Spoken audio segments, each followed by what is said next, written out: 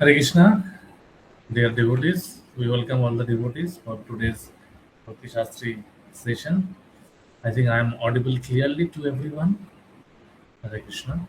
So this is clear now. So the Bhakti Shastri online class, we are going through Unit 2, and today we will be starting Chapter 9. So this is a very important chapter. So let us start with Mangalacharan.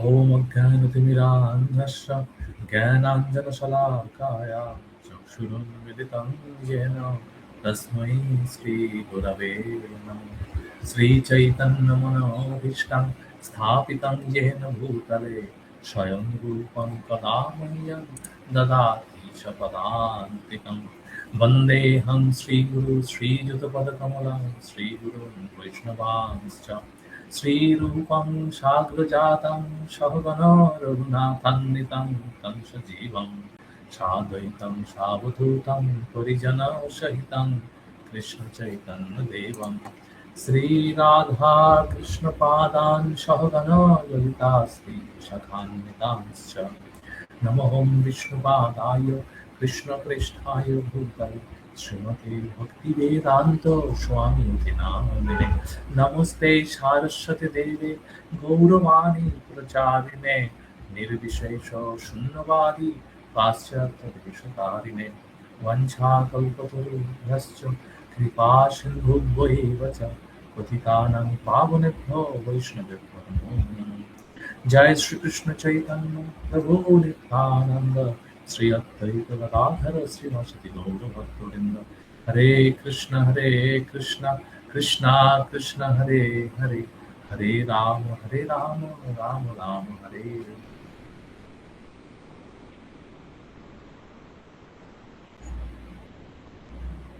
Hare Krishna.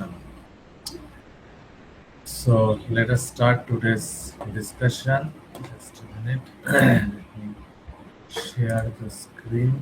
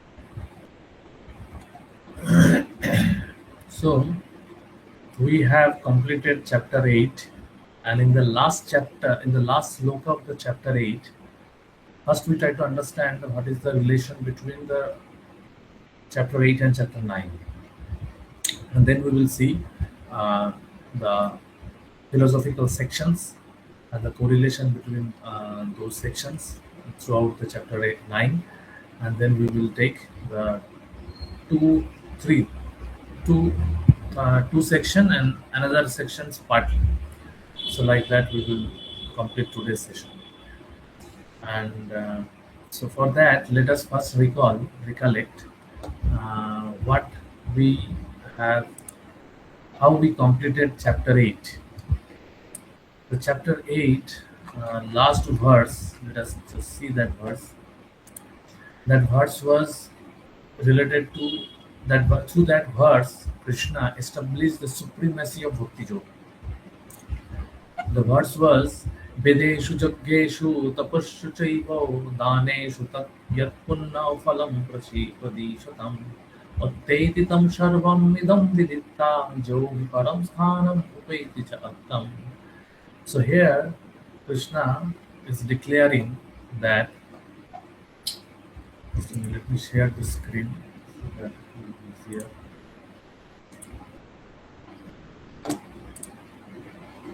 Is my screen visible now?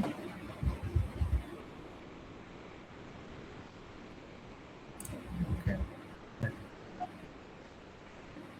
So a person who accepts the path of devotional service is not bereaved of the result derived from studying the Vedas, performing sacrifices, understanding, undergoing austerities, giving charity, or pursuing philosophical and fruitive activities. Simply by performing devotional service, he attains all these, and at the end, he reaches the supreme eternal abode. So he guaranteed that those who are following the path of devotional service, they are not bereaved of anything. Rather, it is assumed that they have already completed, because completed other Vedic formalities. Okay. And at the end, they will get the highest destination, highest perfection. So, by this, Krishna concluded chapter 8. And without asking Arjuna's any further question, Krishna started out of his ecstasy, out of the ecstasy of Kevala Bhakti, out of the ecstasy of pure devotional service. He started further elaborating this Kevala Bhakti aspect, because that is what, through that particular bhakti, actually we pleases Krishna most. Krishna is actually waiting for that. Krishna is actually very possessive.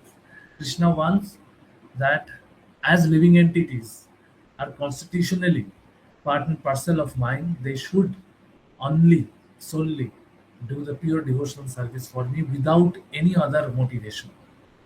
Okay, so that's why Krishna started describing this chapter 9 of his own, without any further asking, without waiting for any clarification or question from Arjuna.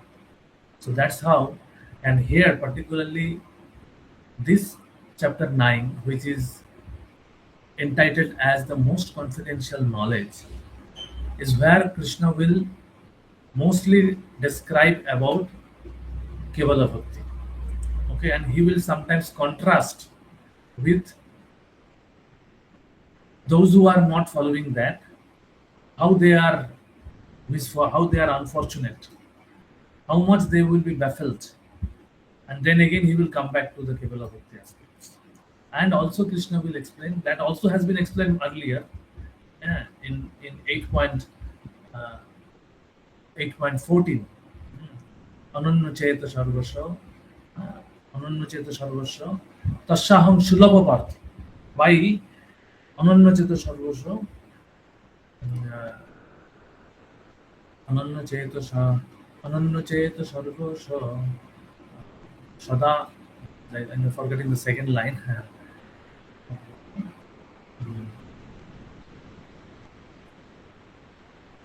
जो माम स्मरति नित्यश, अनन्य चेत सर्वश, जो माम स्मरति नित्यश, तस्याहं सुलभ पार्थो नित्य युक्तस्य योगी.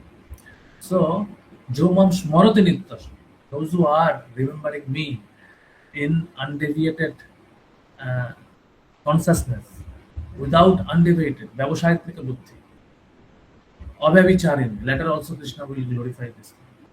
So, for them Krishna is easily available. And Srila Prabhupada has given the easy way to remember Krishna by chanting Hare Krishna. So Krishna here will further elaborate that how much simple is actually Kevala Bhakti.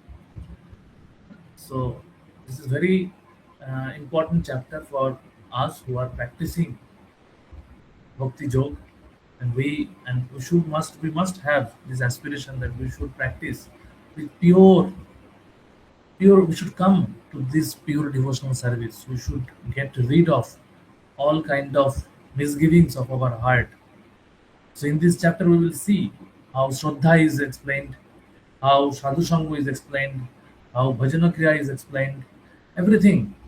And then how Anartha Nivritti, all these things will come.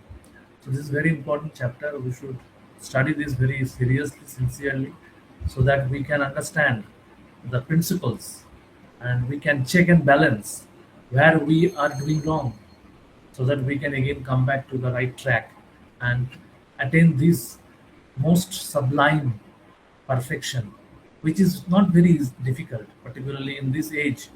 By the mercy of Lord Gauranga and Nityananda, it has been very easily available. So let us uh, embrace this pure devotional service, and Krishna himself is explaining. So what what can be the better thing than this? That for whom we are doing this devotional service, he is personally explaining the glories and the process and the simplicity of this process. So only thing we need to follow as it is and need to execute the instruction as it is. So so this is the correlation between earlier chapter and this chapter. Earlier chapter Krishna has explained Kevala Bhakti. Tasyaham Shulo Vayashakta Manapartha Yoga Jinjanumad Asra. In that also Krishna has explained Vayashakta Manapartha. That verse is Kevala Bhakti. And then Ananya Chaitosha verse, that is Kevala Bhakti. And then as far as I remember 7.20 8.23 also Krishna has explained Ananya Bhakti. So I was on that day was telling you that I will show the verses that is related to Kevala Bhakti. I just forgotten on that day. I got late actually, so I could not show. Today I will show it, and so that you can understand that Kevala Bhakti or Ananya Bhakti, how much Krishna has emphasized throughout Bhagavad Gita, and we should not think that maybe Kevala. Sometimes we think that Kevala Bhakti is not our piece of cake. We may not be. We will be doing just what we are doing now, but no, we can progress further. We can deepen our loving aspiration towards Krishna. There is no limit actually. Okay. So we must do it. Just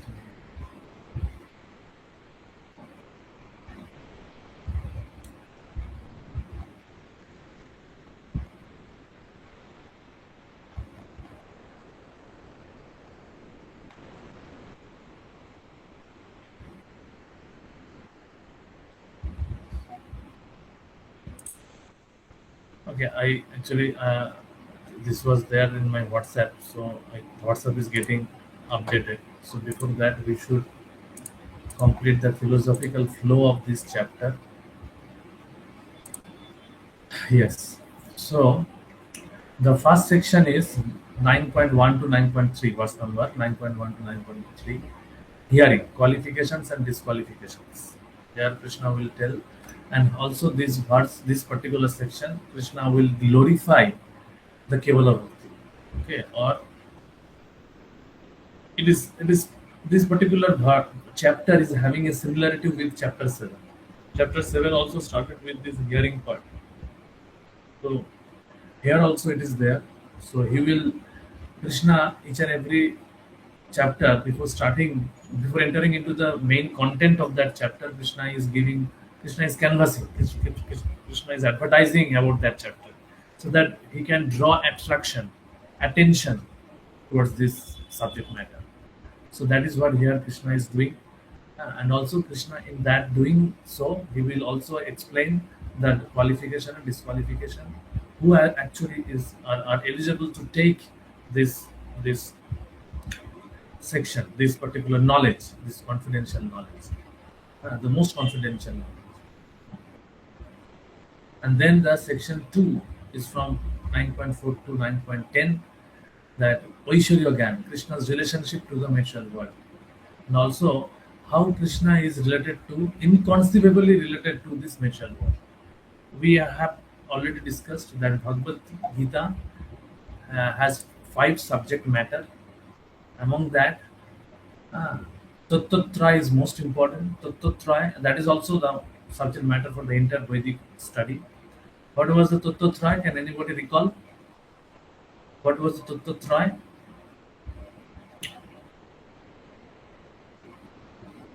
Can anybody recall?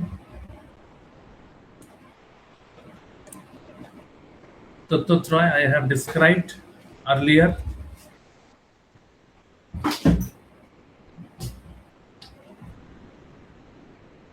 Tattva is basically three fundamental subject matter. One is Jiva, second is Jagat, and third is Jagadishya. Jiva, Jagat, and Jagadishya. So here Krishna will explain about Jagat and his relationship. He has already done it so. Further, he will elaborate. This chapter, you can say, is further elaboration. Further, elaborately, Krishna will explain. And from that, we can understand that he is the underlying principle. Already, he has given that understanding in chapter 7. Again, he will elaborate it. And here, particularly, he will elaborate his inconceivable connection. So that is Vaishurya Gyan. And this is important to understand this Vaishurya Gyan so that we can surrender, because now we are Krishna Vimukh. Now we are practicing bhakti, we are getting Krishna Unmukh. But actually the anarthas are there which are holding us back. So more we hear, more we understand his potency, and more we can see with this Shastra Chakshu, the entire Jagat, then more we can develop connection with Krishna. Because presently we cannot develop that connection immediately because we are in this material world. So we will further discuss this. So why this section is there here also, and what is the connection with this section with pure devotional service. Section 3 is about full from verse number 11 to 25. Fools neglect bhakti, the divine don't. Okay. So this is also one. I think the handbook has some different segmentation, so we can follow that handbook also. So that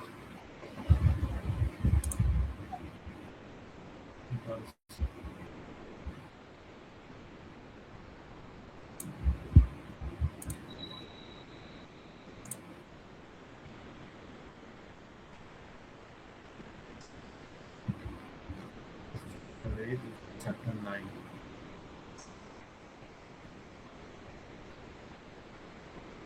So here also qualification, disqualification, hearing about Krishna, then Krishna inconceivable relationship. This is further better title of the section. I like this title more.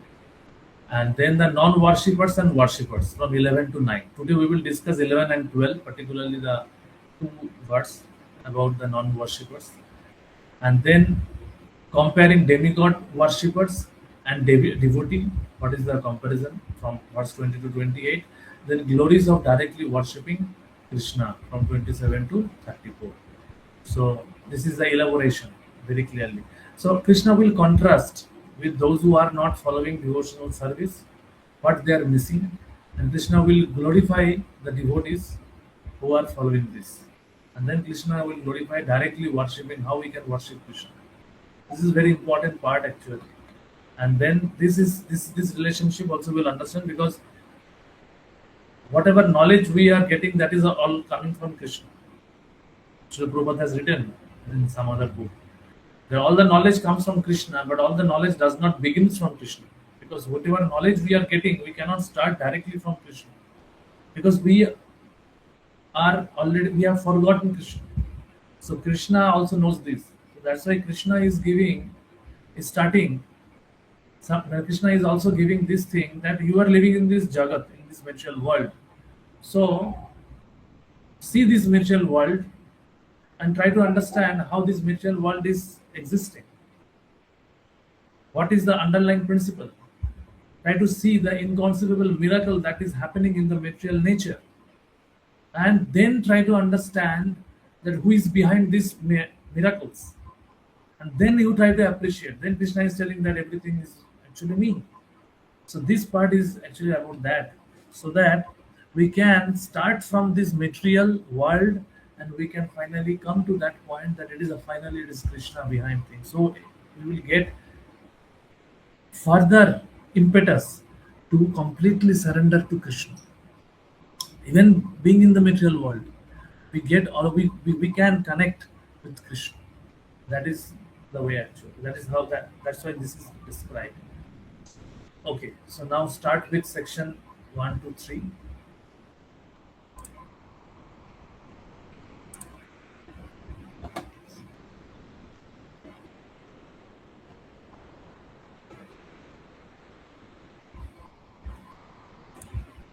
As the time is little limited, so I will not allow to read reciprocally because it will take time. So I am reading and starting explanation, okay, to save the time.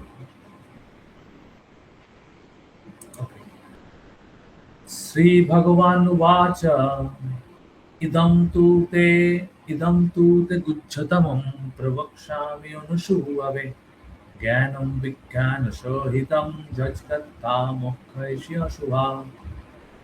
The Supreme Personality of Godhead said, my dear Arjun, because you are never envious of me, I shall impart to you this most confidential knowledge and realization, knowing which you shall be relieved of the miseries of material existence. So here, Krishna is telling, here I will just unshare and will explain something and then I will come back to show something important. So here Krishna is telling, try to understand that Gujjatamam. So we will elaborately discuss the most confidential. Why Krishna is telling Gujjatamam. So I would like to ask you, what do you understand about Gujja? What is confidential? Here it is most confidential, Krishna is telling. Okay. So what is confidential and what is more confidential knowledge?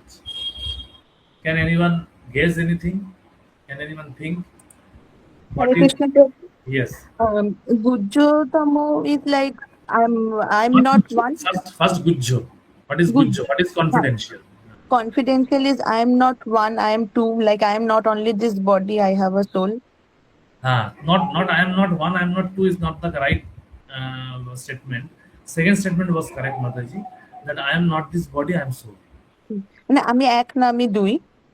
Now I am আমি এক না আমি দুই না I am actually soul. Material body is আচ্ছা। my covering. Hmm hmm Suppose I cannot say, I if I say that I am two, I am this body and this, say for the just for preliminary understanding, I am this body and this chadar is also me. This is not the right understanding. Na?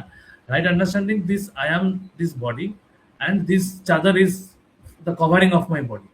So similarly, for the soul, from the actual spiritual perspective, should be that I am actually this body, I am this soul, and this material body is my covering. So that means it is me. My first nature is spiritual. So this is first. Very good, Mataji. So this is actually confidential. This only why this is confidential because hardly any ordinary people and even for us also before coming to Krishna we never knew consciously. We knew intuitively because out of intuition, if anybody is asked, huh, uh, where is your eye? I will say this is my eye. I will not say I. This is I. I will not say this is I ear. This is my ear. That means me and my ear is different. This is my spectacle.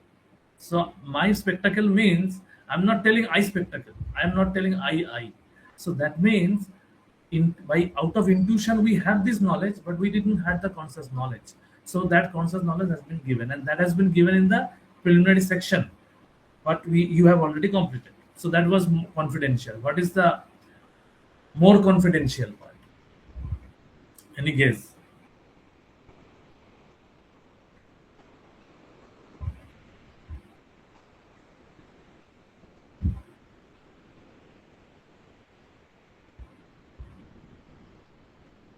Please think in between. I will find something else to show, something interesting to show you.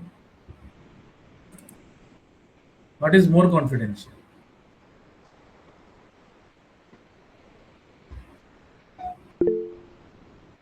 Yes, just try. Anybody has raised hand? Yes, please, please. Most confidential is Kevala Bhakti. Yes, exactly. So that means if most confidential is Kevala Bhakti, you are right. Then what is more confidential?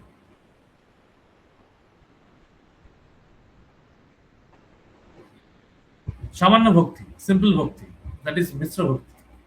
That is which about which Krishna has elaborated, has explained in other section, previous section in chapter 7, in chapter 8. But here the most confidential aspect will be elaborately discussed as most confidential, that is the point. Pure devotion, yes. So pure devotion, and one is bhakti. So first is confidential is I am not this body, I am soul. But only understanding this will not solve the problem because we are active soul. So we need to do some service. To whom we should do some service? Supreme Absolute Truth. Okay. So to know about Krishna is the second confidential part, and to render service unto him is the second confidential part. But to do pure devotional service only, because in previous section the Karma Yogi, Jnana Yogi, Yoga, Ashtanga Yogi, Dhyana Yogi, they were also doing, they were also discharging service, but their service was not solely only for pleasing Krishna. As I have already told you that sentence, that for them the object of action, object of knowledge, object of meditation may be Krishna. Okay, but their soul and whole objective of their action or knowledge or meditation is not Krishna. So that is the Mr. Hook. That is the main principle of Mr. Hook. We need to understand. And we need to check, introspect within ourselves also. Where I am standing. Is Krishna is my whole and soul objective?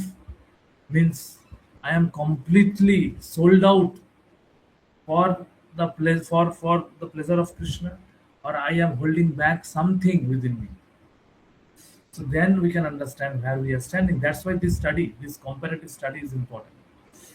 So that is the confidential part, more confidential part. To discharge devotional service towards Krishna. And most is to discharge pure devotional service. We will explain, we will see this. So before that, I want to show about this.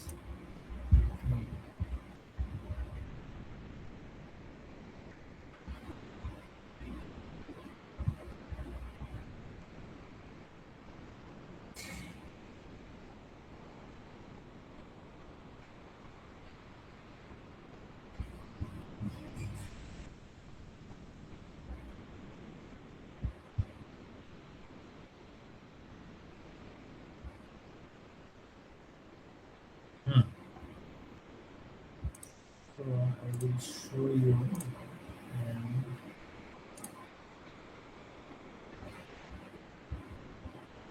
chapter 7.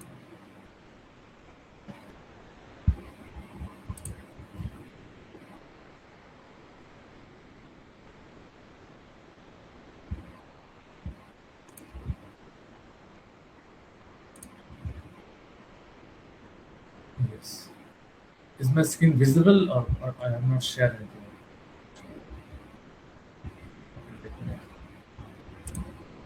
Not visible to you. Yes. So here Krishna shows has this Jnana Vijnanam will come. So here Krishna is also telling that idam tu te gucchatamam prabhakshami anushruvave jnana vijnana shohitam yajgatta mukvaishi ashubhat. So here we understood something about what is Krishna is telling about guchatama. Okay. Prabhupada has explained here. The first chapter is more or less an introduction to the rest of the book, and in the second and third, spiritual knowledge described is called confirmation. Topics discussed in the seven narrations are specifically related to devotional service, and because they bring enlightenment in Krishna consciousness, they are called more confidential. So that means devotional service is there, Krishna is there. Okay, Krishna explains, but the pure devotional is not there. But the matter which is described in the ninth chapter is unalloyed pure devotion. This is called the. Is that clear? So this aspect is very important part to understand. This is why it is most confidential. So one who is situated in the most confidential knowledge of Krishna is naturally transcendental. Others are progressing towards transcendental. And confidential means they are situated in confidential, they are transcendental. Okay. So in that situation, he therefore has no material plans, although he is in the material world. In the Bhakti Rasamrita Sindhu, it is said that although one who has a sincere desire to render loving service to the Supreme is situated in the conditional state of has a sincere, he is to be considered liberated. Similarly, so here is, uh, in Bhakti Rasamrita Sindhu, actually this aspect will be further elaborated because here Krishna, what Krishna is telling is actually Rupa Goswami, Sri Rupa Goswami will explain based on other scriptural evidence what is pure devotional service. Krishna has giving here little briefly explaining this. Rupa Goswami will further elaborate. So here Prabhupada what he is telling, one who is situated in the most confidential knowledge of Krishna's natural transcendental, he therefore has no material bodies. Although he is in the material world. Okay. So the pure devotional service has one when you will study Bhakti Rasamrita Sindhu in Bhakti Shastri course ongoing, there you will find one important feature is Kleshagni. There are 6 features of pure devotional service.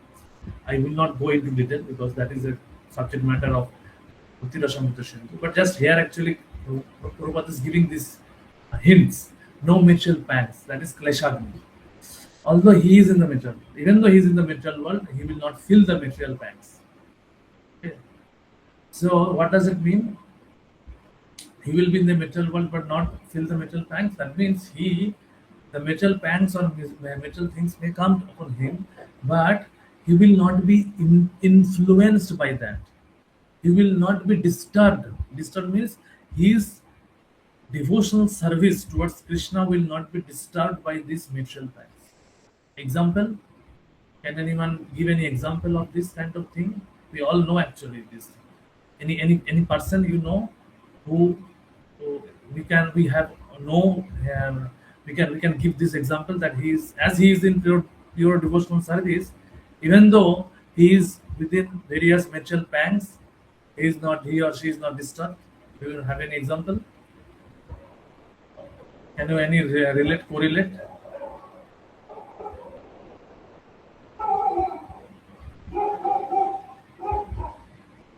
I normally, when I speak about this thing, I always remember His Holiness Jagataka Shai Maharaj.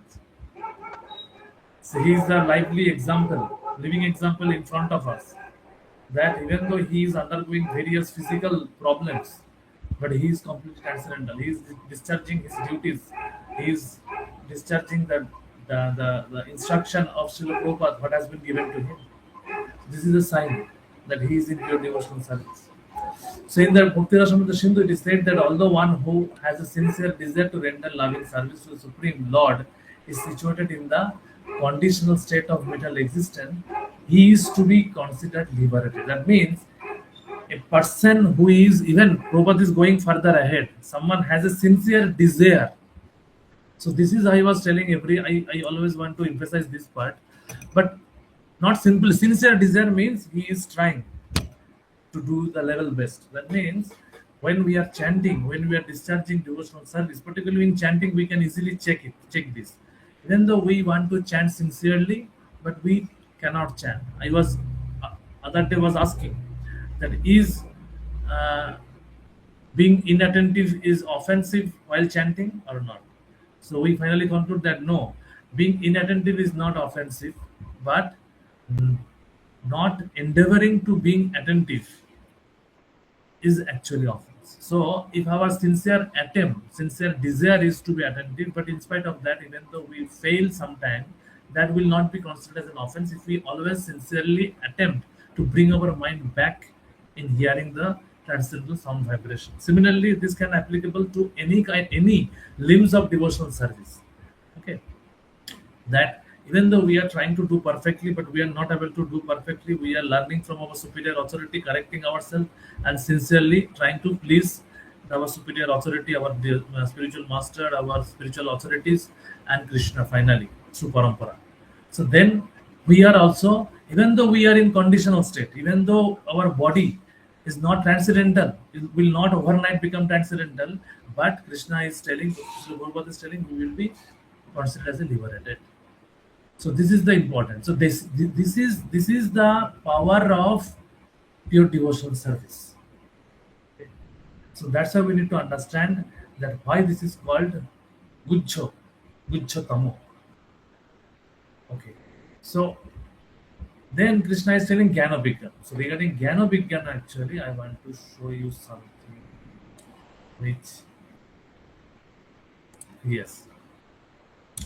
So in chapter 7, in chapter 7 also, Krishna has told, Jnanam te aham shavikkanam idam vakshami asheshata jajkattaneha bhuyovanna gattavam avasheshate. So I shall now declare unto you in full this knowledge, both phenomenal and luminous. So here, Prabhupada has translated this Jnanam as phenomenal knowledge and Vijnanam as luminous knowledge. Whereas here, the same word, Jnana Krishna is when Prabhupada is translating knowledge, and Vijnana is realized knowledge. Okay, so that means the Vedic uh, words have multiple, multifarious meaning depending upon the context.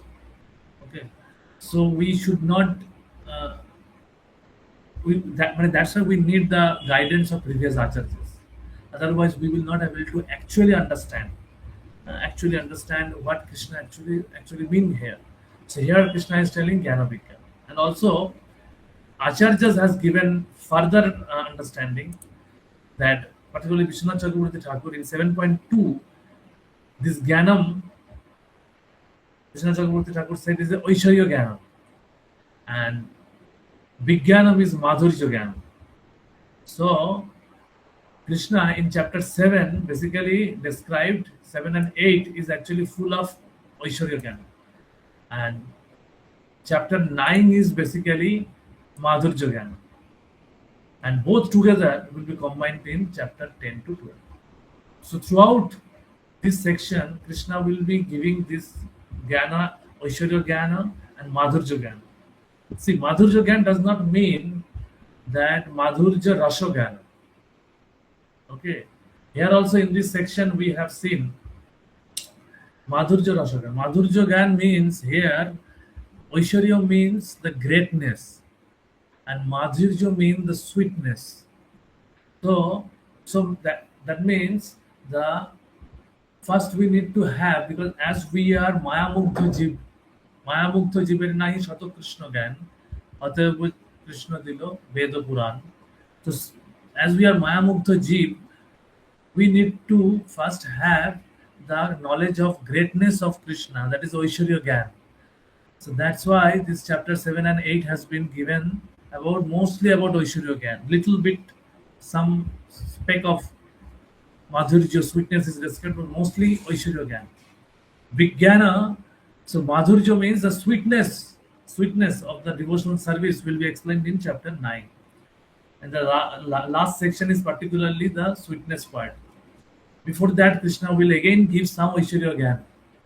And then we will enter, Krishna will take us to Madhurya Gyan. Madhurya Gyan means sweetness, greatness and sweetness. More we appreciate greatness, we can then also come to sweetness. Because we are not at the Brajavashi stage that we will only have this sweetness and sweetness. No. We are overcoming by Aishwarya Gyan. We are deepening our prapatti. We are deepening our Sharanagati. And more we Sharanagata, in that stage we will slowly render, we will appreciate the sweetness of Krishna. So this is what I wanted to show you. And another thing is,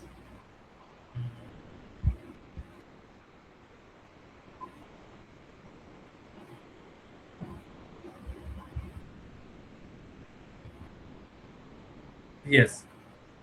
Okay, this is not in chapter 9. Okay. So now come back to this. So now I will just explain little bit about Mokkheshi Ashubhat. Ashubhat, that this is also another feature of Uttama Bhakti or Kevala Bhakti or pure devotional service. Huh? That is Kleshagni and Shubhada. So here Krishna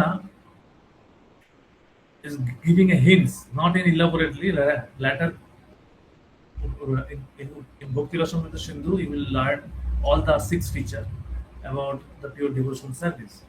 So, Ashubhat, Ashubhada, you will Mokkhay Shami, Mokkhay She Ashubhat means Ashubhat, the opposite is Shubhat. So, you will come to the devotional, pure devotional service is Shubhada, it is auspicious.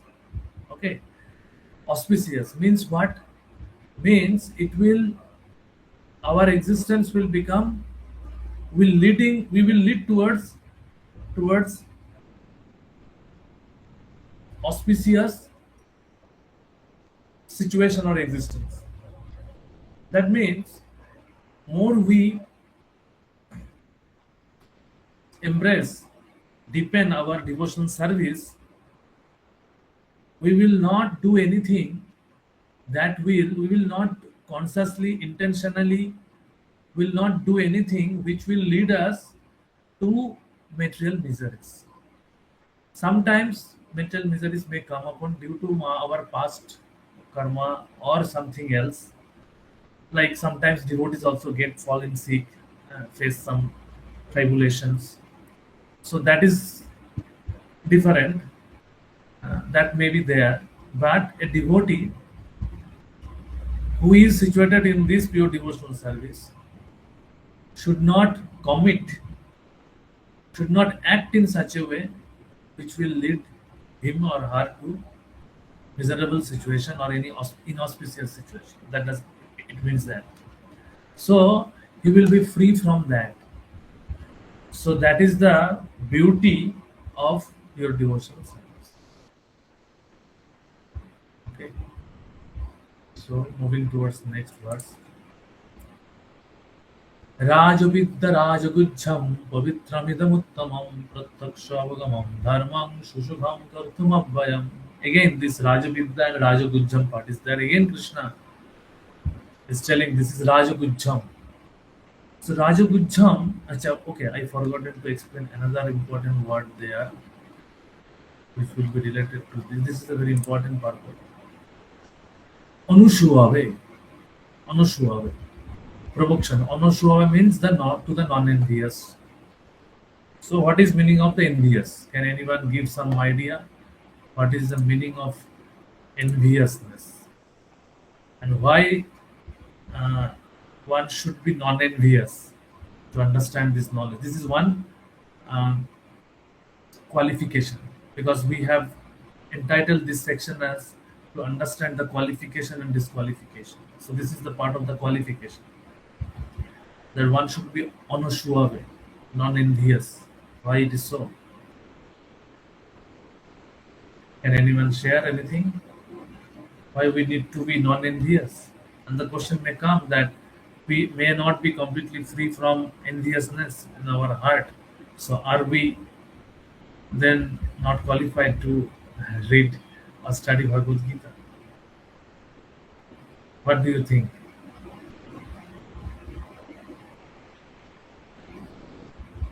Anything is coming in your mind? What? Why non-envious? Krishna is telling Anushuave. Previously also Krishna has told this thing. Previously also Krishna has told, and most likely this has been already discussed in earlier section. Yes. Yes, Shadrita Mataji, please. Hare Krishna, Prabhuji. Yes. Yes, you were muted again. You got muted. Sorry. Hare Krishna, Prabhuji. Yeah. I think we should not be envious because মানে আমাদের enviousness তো other জীবাজের উপরই হবে. So all of them are Krishna's children. মানে like all of us are parts and parcel of him only. So if we are devoted towards Krishna, we should not be envious of them because all of them are actually parts of Krishna. So if we are envious of them, that means we are actually envious about Krishna only. Perfect. Indirectly. I was actually, this very nice point Mataji has told. I actually I was about to explain this thing, but Mataji has given the very right explanation. So Mataji has given very wonderful statement actually here, and it's very important to understand that whatever I was actually supposed to come to this in the next stage. Mataji has come to this first stage, but uh, a envious person. What is the characteristic of envious person? Envious person cannot tolerate a devotee. When a devotee hears some of Krishna's glory, devotees rejoices. Devotee's heart become filled with joy. Oh, Krishna is so glorious. But when an envious person hears it, he burns inside because envious person cannot tolerate anyone's glories. He want to only be glorious. He himself or herself want to be glorious. So he cannot tolerate anyone's else glories, and he cannot tolerate anyone is better than uh, in any way, either in look wise, either in richness wise, either in power wise, in any way. No one should be greater than me. That is the aspect of enviousness, matsharcha. So that kind of person, how can understand, how he can hear someone is telling that everything is me, you should surrender to me. Uh, he is all in all. So his glory he cannot understand. He cannot digest. It will burn inside. So that's why in chapter 4, Krishna has told Shaevaham maya attam jog prakta puratana bhaktoshi me shakha vi rahasyam hetaduttamam bhaktoshi me shakha rahasyam. There also Krishna hinted rahasyam means mystery. Mystery means confidential, something confidential. Rahasyam he etaduttamam. So this mystery of Bhagavad Gita can be revealed only to Bhakta. Arjuna, you can only understand because you are Bhakta and my friend. So we need to have this thing. That's why in the introduction section, Prabhupada write in that at least before studying Bhagavad Gita, before start reading Bhagavad Gita, we should at least theoretically accept that Krishna is Supreme Personality of God. Theoretically. There Prabhupada has written theoretically. That means practically, due to our anarthas, due to our matsharjas, we may not practically accept that thing. Because we think I am the center. Krishna is saying I am the center. So there will be conflict. Because we have matsharja. And we have our false ego. And Krishna has his real ego. So Krishna's real ego, out of his real ego, he is telling, he will tell in chapter 10, Aham Sarvasya Prabhavo. Here also Krishna will say Jogo Ishwaram. Everything is my inconceivable power. So many places Krishna will explain, will declare boldly, clearly his glories. But a envious person cannot digest that. So for them, this knowledge is hidden. It is not that hidden means it is encrypted. Okay. Password. What is the password? Is actually we need to free from matsharja. We need to delete these matsharja elements from our heart. Then Krishna will be revealed. Okay. So that's why here also Prabhupada will quote in later verses. Ato Krishna namadi navavet grajyam indrivi shavana mukhe jihado swayameva sfurata. So it is a matter of revelation. It is not a matter of recollection or only matter of meditation or any other mental speculation. Nothing will work. Nothing will work. Okay, to fully understand Krishna. So we need to be non-envious. So then only we can appreciate Krishna's glory. Then only we can enter into the realm of pure devotional service. Then only this Jnana Vijnanam will be revealed to us. Okay. So here Krishna is explaining that aspect. Okay, and for that, see now the second part I am coming, the what Mataji has already explained, that for that what Prabhupada is writing here, Prabhupada is quoting a very important verse from uh, Srimad Bhagavatam. Okay. Where it is?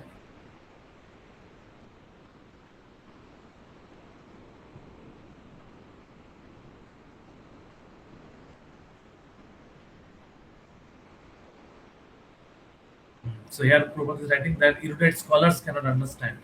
There are many erudite scholars. They have. Okay, let me share it. Actually, this is very important as well to understand. Actually, the many erudite scholars are there. They are envious. There are erudite scholars. They have PhD degree on one particular verse. By one particular verse, by analyzing one particular verse, they have submitted PhD thesis and has been awarded doctorate degree. But they might be spending their life uh, in completely violating four regulative principles and without doing not a single devotional service. So, what is the use of that kind of erudite scholarship on Bhagavad Gita? Because they are not envious. Because by taking the shelter of Bhagavad Gita, they want to become famous. So that is useless. That is what Krishna Prabhupada is telling. So that kind of commentaries should be completely rejected. We should always hear Bhagavad Gita explanation from a pure devotee who is non-envious. Then only we can actually understand. Because when Prabhupada was writing this Bhagavad Gita, was taking initiativeness for publishing this Bhagavad Gita. At that time, so many versions of Bhagavad Gita was there, but there was no devotees.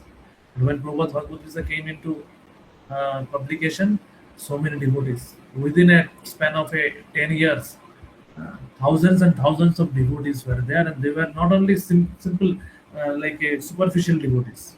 They were committed devotees. He created a revolution because Prabhupada was one person's pure desire, pure desire has manifested this entire movement. So,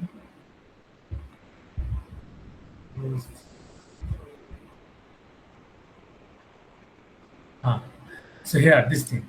So, the devotees are constantly engaged in the Supreme Personality's service, the Lord's service.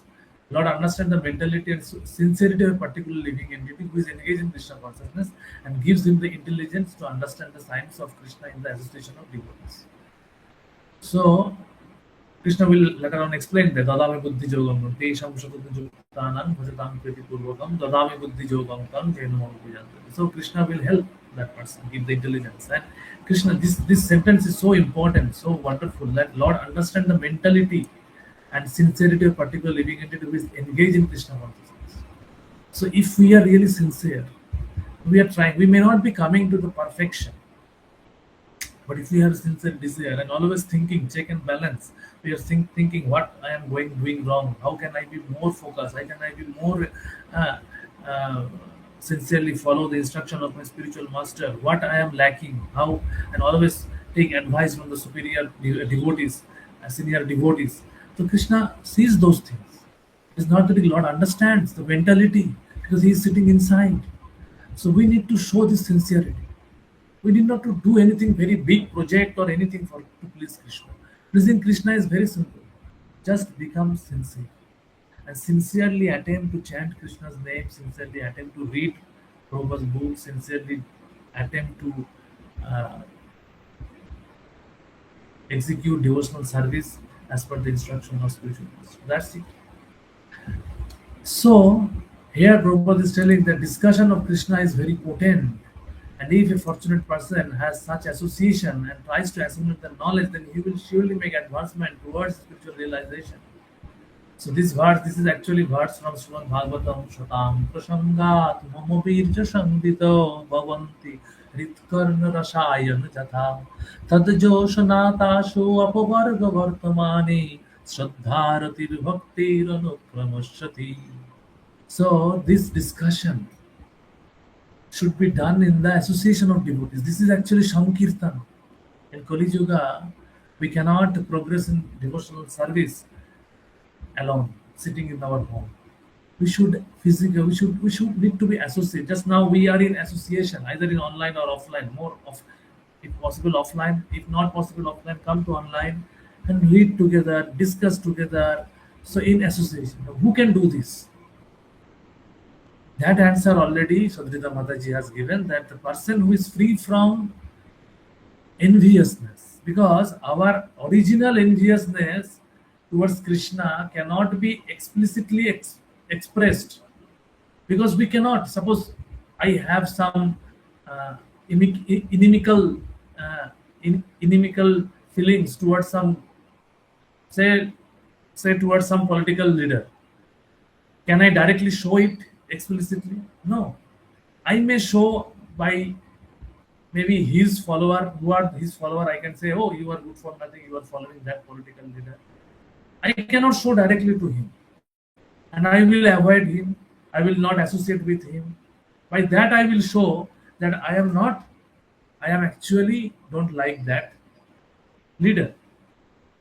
So similarly here, we may not be directly, may not able to tell, because we don't have tangible experience to exchange anything with Krishna.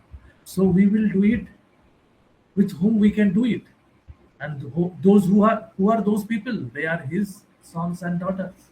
So when one overcome this non-envious aspect, overcome this enviousness towards Krishna, he will come together in the association of devotees. He will sit together. He will very humbly sit together and will hear about Krishna. So this is a sign. This is a sign that slowly, it may be the sign that once from one's heart one become completely non-envious, or one is trying to become, sincerely trying to become, come to the stage of Anushuave, one to overcome Matsharja. So this is very important. So that's why, so this is only can be done, this Matsharja can be removed only by pure devotion service. So that's why this is very important aspect of pure devotion service.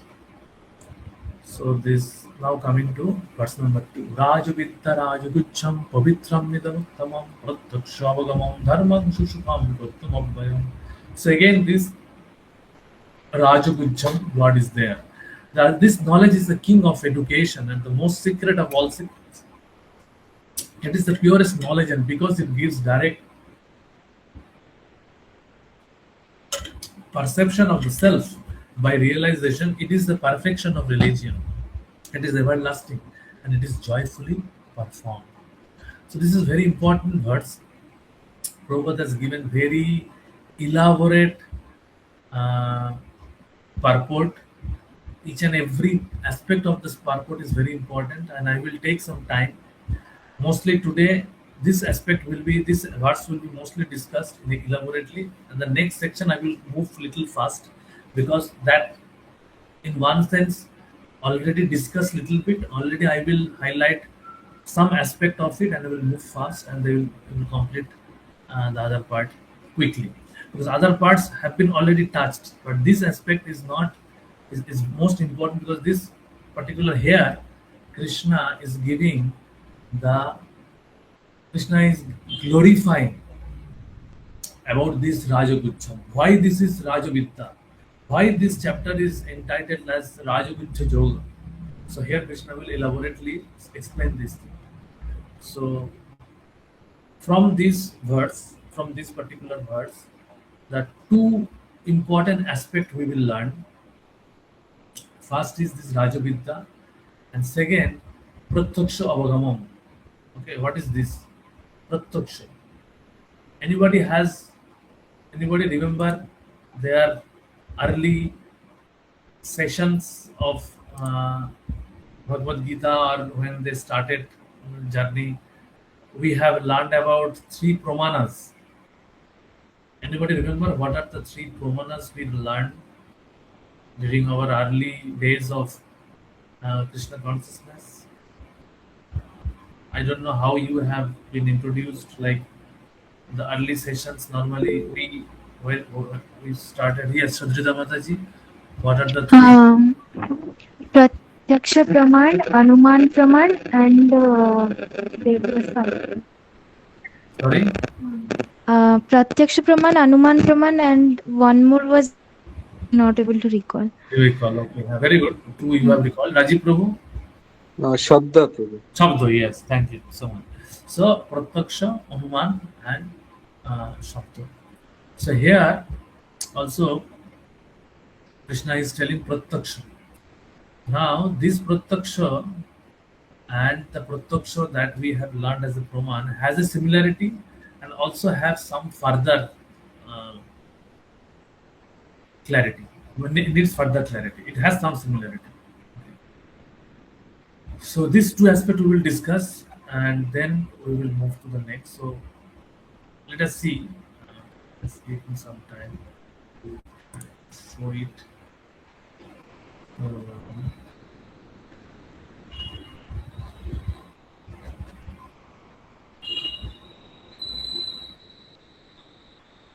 yes, from this Shubhodini.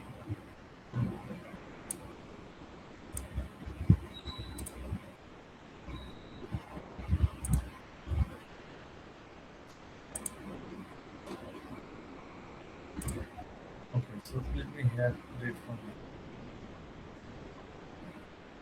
So here Prabhupada in the first section here Prabhupada is giving about telling about Rajavidya. Okay, Rajavidya means king of all knowledge. Here king means king is used in a little and what I can say allegorically. King means the best. Okay, king is the king who is the best person. Naradeva. Normally in Vedic culture we say Naradeva. He is the best of the men. So this knowledge is the best. That means there are many kinds of other knowledge. Okay, in Vedic philosophers, there are Shadadarshan are there. Six kind of philosophies are there. But these philosophies are uh, physical, metaphysical. Not all are related to transcendental subject matter. So the transcendental subject matter has been consolidated by Vedas, by Vyasdeva in Vedanta Sutra. And this Vedanta Sutra has been elaborated in Srimad Bhagavatam. That is the final conclusion of Vedic Shastra. So he actually refuted all the shortcomings of various darshans and established the Vedanta Sutra as the topmost conclusion of Vedic Shastra. And from of that Vedanta Sutras, the further conclusion of entire Vedanta Sutra is this transcendental loving service towards Krishna. That is explained. So that's why this is Rajavidya. Second is Rajagujjam. Regarding Rajagujjam, and so here Prabhupada will explain further about this confidentiality part. Generally, people are not educated in this confidential knowledge. So there is no universities where this science of soul is even taught. Okay, so they are educated only in external knowledge. As far as ordinary education is concerned, people are involved with so many departments: politics, sociology, physics, chemistry, mathematics, astronomy. There are so many departments of knowledge all over the world, and many huge universities, but not a single university is talking about it. So only bodily necessities has been emphasized. This is required. This is not Prabhupada is not telling that this should be rejected. Prabhupada is saying there should be another department. We add another department, give some knowledge. Okay, we are not against material education, but in the material education, let there be some subject, some education about the soul, about spirituality. Now, in many other countries, these subject matters they are introducing in their curriculum in the schools, in colleges, in various levels. Prabhupada books are actually taught. Yeah, I think you might have received many videos regarding that.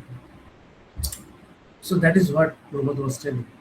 So now, Prabhupada will now explain further about this confidential part. So I think there will be some question in your close book also why this is called confidential knowledge. So you should write this thing from combining the discussion that we have done and the Prabhupada has explained in verse number 1 and 2.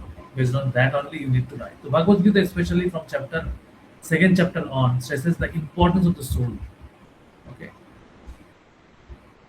importance of the soul. In the very beginning, the Lord says that this body is perishable and the soul is not perishable. Antavante ime deho nittasha yukta sharirina. That is a confidential part of the knowledge. Simply knowing. So now Prabhupada is explaining why only knowing spirit soul that I am not this body, I am soul is not sufficient. Okay. Simply knowing that spirit soul is different from this body and its nature is immutable, indexed or eternal. So this is the first part. But that gives no positive information. Now what to do about that? About the soul? I am knowing that I am not this body. Okay, then what?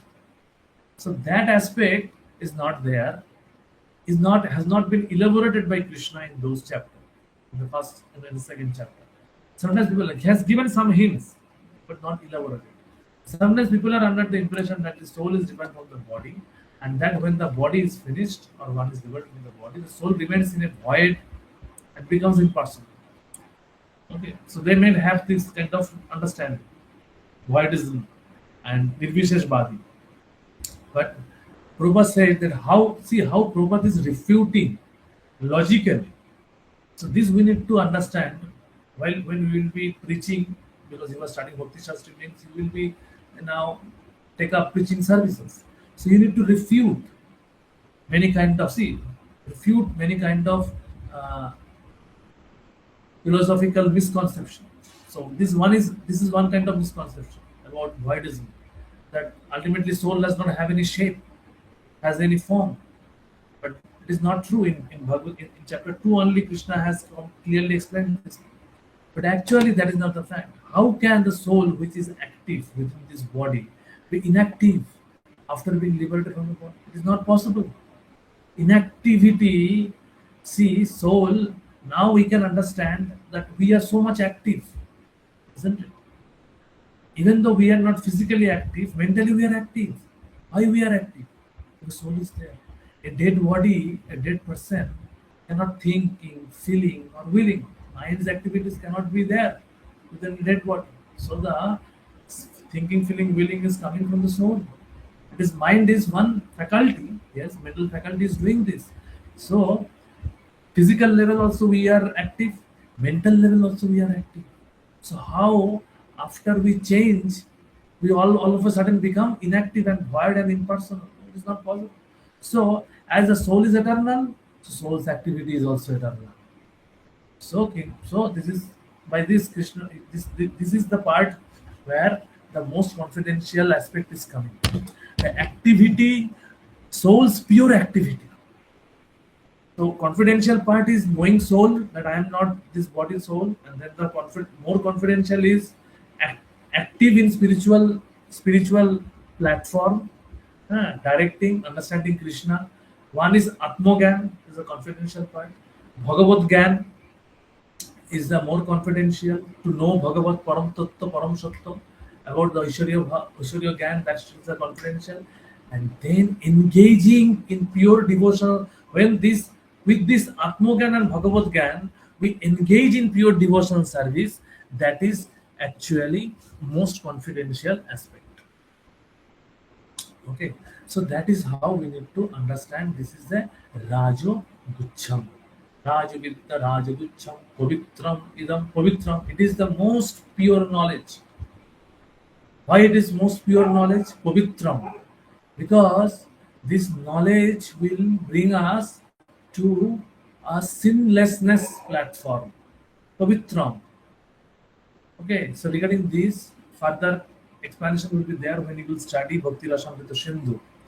That Kleshagni. So here again, Krishna is giving this aspect. Pavitra. We will become Pavitra. Pavitra means sinless. Papa and Pavitra. So Pavitra, Apavitra va. So Pavitra and Apavitra. Apavitra means sinfulness. Pavitra means sinlessness. So here Prabhupada is quoting from Padma Purana. Aparadha phalam papam tutam bijam phalam mukha rumenaivo prauriyate Vishnu bhakti rathatmanam. So for those So Papa has the development of Papa is not a overnight thing. Okay, someone is committing pap, is not that key. All of a sudden he is committing pap. Particularly growth, but some very uh, great sinful activity is not committed all of a sudden. It has a background. So what is the background? First is or prarabdha, phalam, papam, putam, bijam. So these are the various stages, just like a seed. Even before the seed, there is a subtle form of that seed. Even the physical form before coming into the physical form, there is a subtle inclination, slight inclination towards doing something against scriptural injunction. Okay, so that is called kuta. From that kuta is becoming the bija. From bija becoming the phala. Just like a fruit is fructified into uh, phala unmuk. It will just will fructify. Just when we soak a this green moong dal or something kind of thing is there. Na? So in the water overnight we soak, and then in the next day we find the sprouts are coming out. So from that bija, that is the bija. And before that we have a desire to soak the bija into the water. That desire is kuta. That is not actually not nothing has happened. We have not taken any action, but in our mind it is there. So similarly, the sinful inclinations are there, plannings are there. That inclination will create bija, and from that beej will become sprouted, and then that from the sprout it will come aparadha. Aparadha means the uh, before it become completely phalam will come to an intermediate stage of prarabdha, and then phalam means prarabdha, and that will result into the path. So a pure devotion can completely destroy the inclination, kutam stage. The inclination should not be there. So for those who are engaged in devotional service, all sinful reactions. So this is actually, as also explained in Srimad Bhagavatam, Kechit Kevalaya Bhaktva Vasudeva Parayana Agam Dhunnanti Krishnami Niharam Iva Bhaskara. So Niharam Iva Bhaskara. Agam Dhunnanti, completely burn out from the inclination stage. Propensity will be not there. Okay. Other than Kevala Bhakti, someone is doing, why Krishna is again and again canvassing, advertising Kevala Bhakti.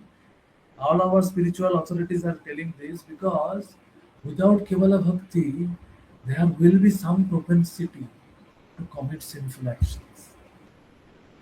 Okay. And so there is a risk to fall down, to distract, to deviate.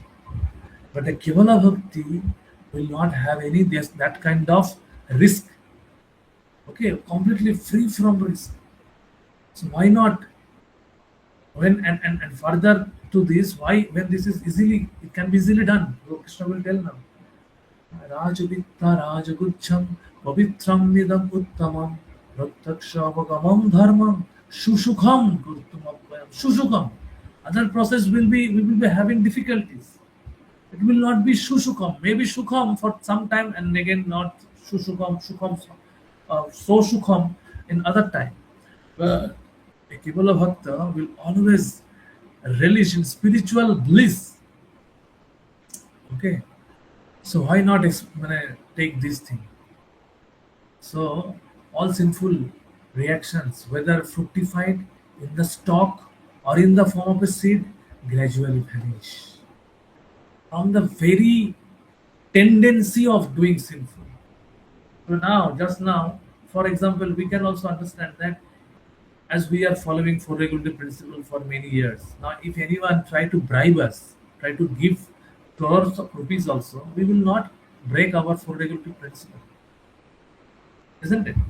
At any cost, we will not break our four regulatory principle. We will not get into that again. We have completely lost our taste towards those things. But at one point of time, we might have been doing all those things. But now we are completely finished. And how we have done this? Because even though we are not kromeno earlier, we are on the process. It is gradually getting vanquished, vanquished completely. Vishnu Bhakti Ratatma. One who engage in this devotional service. Therefore, the purifying potency of devotional service is very strong. And that's why it is called Pavitra Uttama, the purest. Uttama means transcendental. Tamas means this material world. And Uttama means that with transcending this Tamo world. That is Uttama. Devotional service are never to be considered material. Although sometimes it appears that devotees are engaged just like an ordinary man. But no, they are doing pure devotional service. Okay? So, completely free from material modes. So then, it is said that by devotional service, so particularly that one can perceive the result directly. So Pratyaksha Avagam. So Pratyaksha Avagam, Prabhupada is telling this thing that we can directly experience. So now, directly experience means this direct experience. It is experiential thing. Someone may say that the person who are not in pure devotional service or who does not appreciate Krishna consciousness, they may say that what are you doing? What nonsense! You are becoming. Sometimes they say you are becoming unsocial or antisocial. You are not coming to our parties. You are not enjoying. Why you are depriving yourself like this? Because they cannot understand anything beyond this eating, sleeping, mating, and defending. They don't have any other idea, any other activities. So that's why they think that we are actually doing this thing uh, with so many grudges within our heart. But they don't know that what experience we are having. Okay, so now you may say that this direct experience when we chant, when we associate with devotees, when we go to temple, when we go to dhama with the devotees, we experience some bliss. But maybe when we come back, or maybe when we are done chanting, when we are going to our workplace, we may not feel that. So what does it mean? Is it like ritualistic thing or is spiritual thing? What is that? No. The thing is that it is not ritualistic, it is spiritual only. But point is that we are not fully into it. Okay, we have not come to uh, fully embraced or appreciated this thing. We are not fully free from our misgivings. That's why we are not fully understanding. We are not having that continuous bliss, maybe. But yes, if we keep on doing this process, we will experience. Now, what experience has is there? See, now we are chanting 16 round. We are spending hours together, 1 hour, 2 hours together in chanting. Have we ever thought of it? And have we had? Did we ever had any of you have ever any ambition? আমরা জীবনে কখনো ভেবেছিলাম that we will be spending for 2 hour, 1.5 hour, whatever maybe, chanting 16 round in this way? We have never planned in our childhood, isn't it? But now we are doing. How we are doing? Because we are experiencing the bliss. So this experience is very important. Pratyaksha avagama. Without this experience, it cannot be experimentally proved. See, this spiritual experience cannot be experimentally proved. What you are getting? If some atheistic person try and come to us and challenge that you show me where is God, what you are doing, who is that person, we cannot experimentally show it. Okay, it is not. This is not a matter of experimental evidence. It is a matter of experiential evidence. Experience. We are experiencing. That is actually this pratyaksha is actually higher pratyaksha. This pratyaksha is not just gross sensual pratyaksha. This pratyaksha is not dependent upon our gross senses. Because yes, we are engaging at our sadhana bhakti stage, we are engaging our gross senses, and we are engaging our gross senses, but the experience that we are getting, it is not that based on the gross sensual activities. It is somewhere that that engagement, our the engagement of our senses, is giving us a higher spiritual experience. We are holding the bead by our hand. We are chanting by our tongue. We are hearing by our ears. We are engaging all these senses to experience a spiritual experience, isn't it? And that spiritual experience is so blissful, even though it is not we may not be experiencing the bliss that the pure devotees are experiencing, but we are experiencing the some version, some smaller edition of that experience, which has kept us practicing for last several years this devotional service. So this is the power of devotional service. And also, whatever we have heard, see, another way of understanding is harmonizing our practical experience with the Shabda Praman. Okay, so that is how also this is Pratyaksha Anubhav. In the in the spiritual scripture, in the Bhakti Shastras, it has been clearly told that what is told that uh, what is the ISKCON first verse? What is the starting of the first verse? I'm forgetting the starting. Marjanam bhavamahadavagni nirvapanam shreyo kairava chandrika vitaranam. So all these things, this is there, and I am getting something of it. Bhavamaha davagni nirvapanam. This is what actually ashubhat, mukkhaishi ashubhat, getting rid of miseries. This davagni, davanal is there. Samsara davanal is there. By doing devotional service, we are getting out of this. So we are experiencing some bliss, and this is already concluded in the revealed scriptures. So that means this experience is not a sentimental experience. This is a real experience. This is a direct perception. But this perception is not only based on our gross senses. It is based on the transcendental engagement of the gross senses as per the direction of scriptures. And then only we are getting some experience, something what has been already explained or given in the scripture. So that's how we need to understand. And now we will take a case study. Srila Prabhupada has given a case study of that. So that case study also we will come to know. So this is actually saying, furthermore, if one engages not only in hearing, but in trying to broadcast the message of devotional service as well, or if he engage himself in helping the missionary activities of Krishna consciousness, he gradually feels spiritual progress. Why this is so?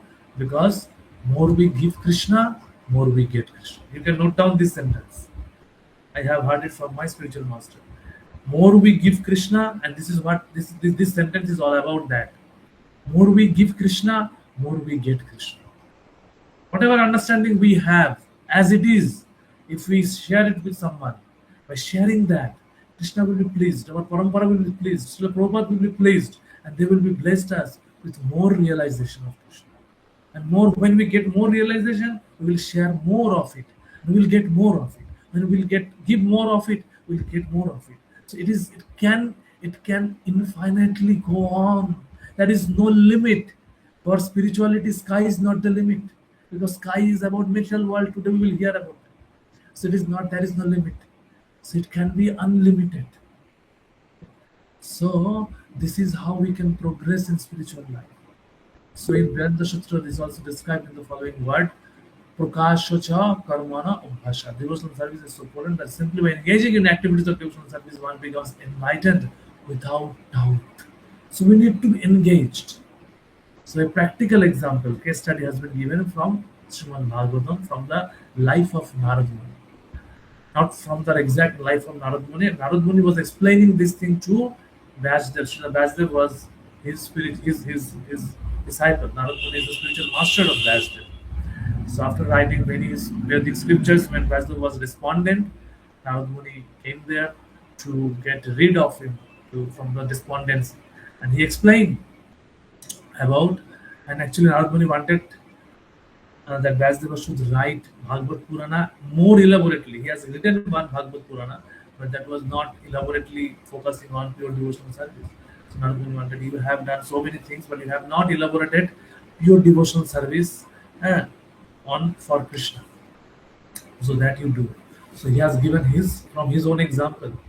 So from this we can understand that what is Pratyaksha Avagama. So this story you all know. The previous life, Narad Muni was in uh, uh, was one in one heavenly planet where he was very good singer. What is called that singer? I'm forgetting the name of the terminology. Devatas are there. Apsaras are there. Gandharva, Prabhuji. Gandharva, yes. Gandharva. Gandharva. He was a Gandharva. Yes. Thank you, Mataji. So he was a Gandharva, and he was performing some musical performance in front of Indra.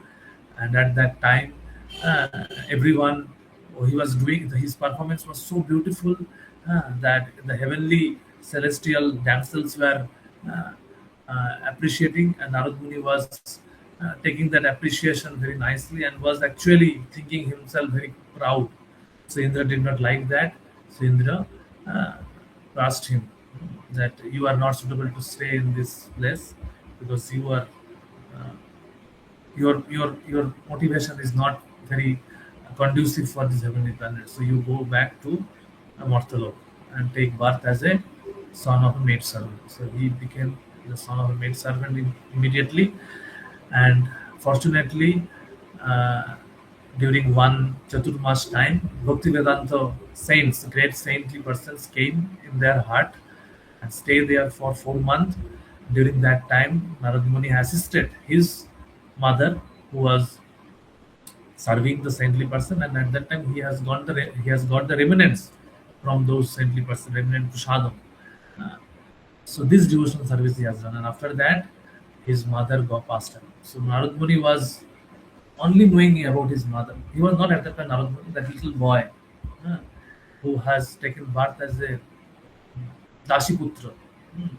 And he don't know anyone else in the world at that time. His mother was his only shelter, but by the biting of some serpent, his mother passed away. So he was all alone.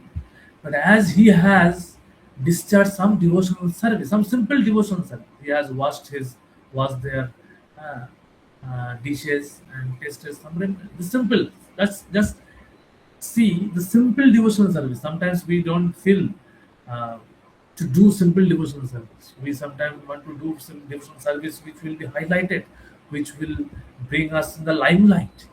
Huh. Okay, that is also good.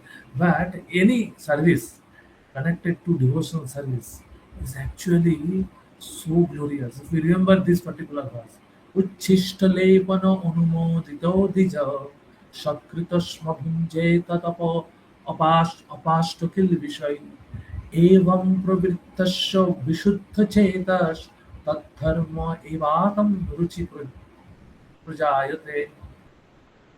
So, in this verse, Narad Muni describes his previous life to his disciple Vasudeva. He says that while engaged as a boy servant for those purified devotees during the 4 months of their stay, he was intimately associated with them. Sometimes those sages left remnants food on their dishes, and the boy who would wash their dishes wanted to taste the remnants. So he asked the great devotees for their permission, and when they gave it, Narada ate those remnants and consequently became freed from all sinful reactions. As he went on eating, he gradually became as pure-hearted as the sages. The great devotees relished the taste of unceasing devotional service to the Lord by hearing and chanting. Narada gradually developed the same taste. Narada says further Then he actually described this part. तत्रानवाहं कृष्णकथं प्रभो प्रगायतम् अनुग्रहेण श्रवणं मनोहर तत्श्रद्धया मे अनुपदं विश्रु विसृ विशृणुवत प्रियो सर्वशो अंगो ममाभद्रुचि. By associating with the sages, Narada got the taste of hearing and chanting because they were doing hearing and chanting throughout the 4 months of rainy season. And he developed a great desire for devotional service. Therefore, as described in the Sutra, Prakasha Chakarmanna of Prasad. If one is engaged simply in acts of devotional service, everything is revealed to him automatically. And he can understand. This is called Prataksha, directly perceived. So this revelation, just see, here Prabhupada is writing revelation. This is, but normally what we understand Prataksha, so this Prataksha is actually higher Prataksha. It's not based on gross senses. It is a revelation, but it is actually experience. Revelation means Dibbogyan Vidhi Prakashana. So this revelation is important. Bhakti is based on revelation. It will be happening, and nobody. So sometimes we and this is a self-realization. Realization means, what is realization means? Understanding the reality, experiencing the reality. What is the reality? The most confidential reality is that I am part and parcel of Krishna. I have eternal relationship with Krishna. And only by pure devotional service that will be revealed. There is no other way. So when we sincerely engage ourselves under the direction of our spiritual masters, the revelation happens. Slowly, we progress towards that revelation. That is actually advancement, nothing else. Advancement does not mean that I become big speaker of Bhagavad Gita. I can give wonderful classes. I can quote wonderful verses. Everybody appreciate me. Everybody knows I have a wonderful channel and YouTube. So many followers are there. Okay, those things can be there. That is can be there, but only those things are not the benchmark of a pure devotional service, but rather simply engaging, just how the boy Narada in his previous life has engaged as a Dashiputra. Dashiputra means he does not know even who is his parental history. That history may be unknown or maybe not so glorious, maybe not having proper father. Nobody knows. So it is not a very good birth even. Janma Ishwarya Sutta Srivi is not there. So that's what Kunti Maharani said. Those things are actually, if it is there, it is okay. But actually those things may be a hindrance. Yeah, because that will create Matsharja. We will not come to Anushwava stage.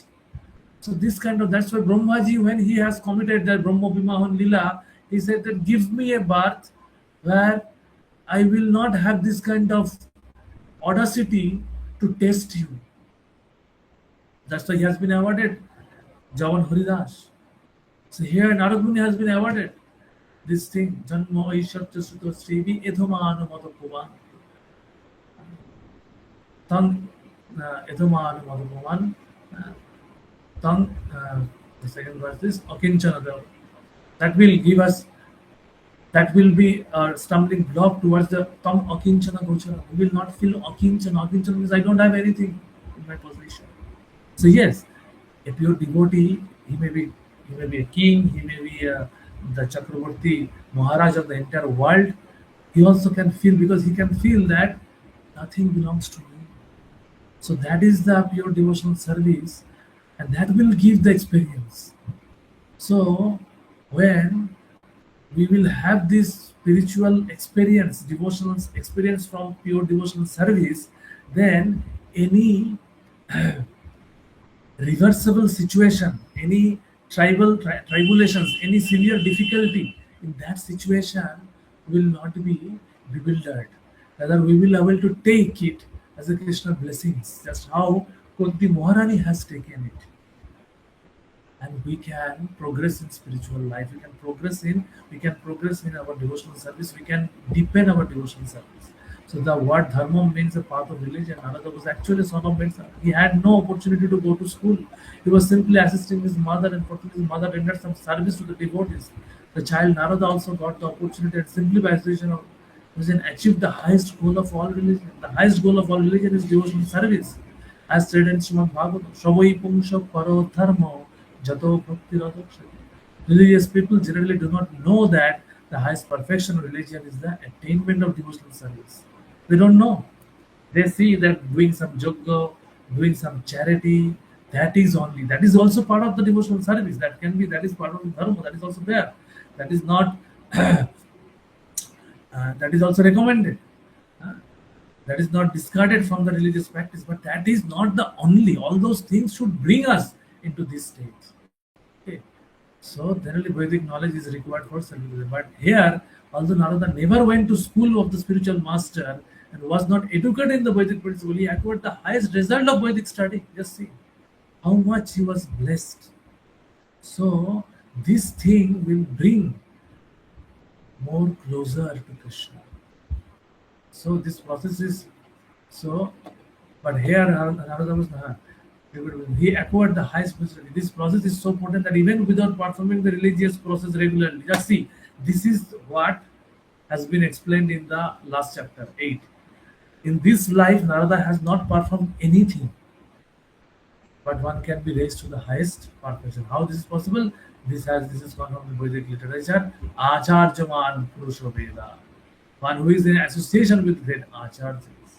Even if he is not educated or has never studied the Vedas, can become familiar with all the knowledge. So this is the point. So this is most important thing that he got, how he has got the realization. So it does not dependent on material education or material situations or any other Vedic formalities. Okay.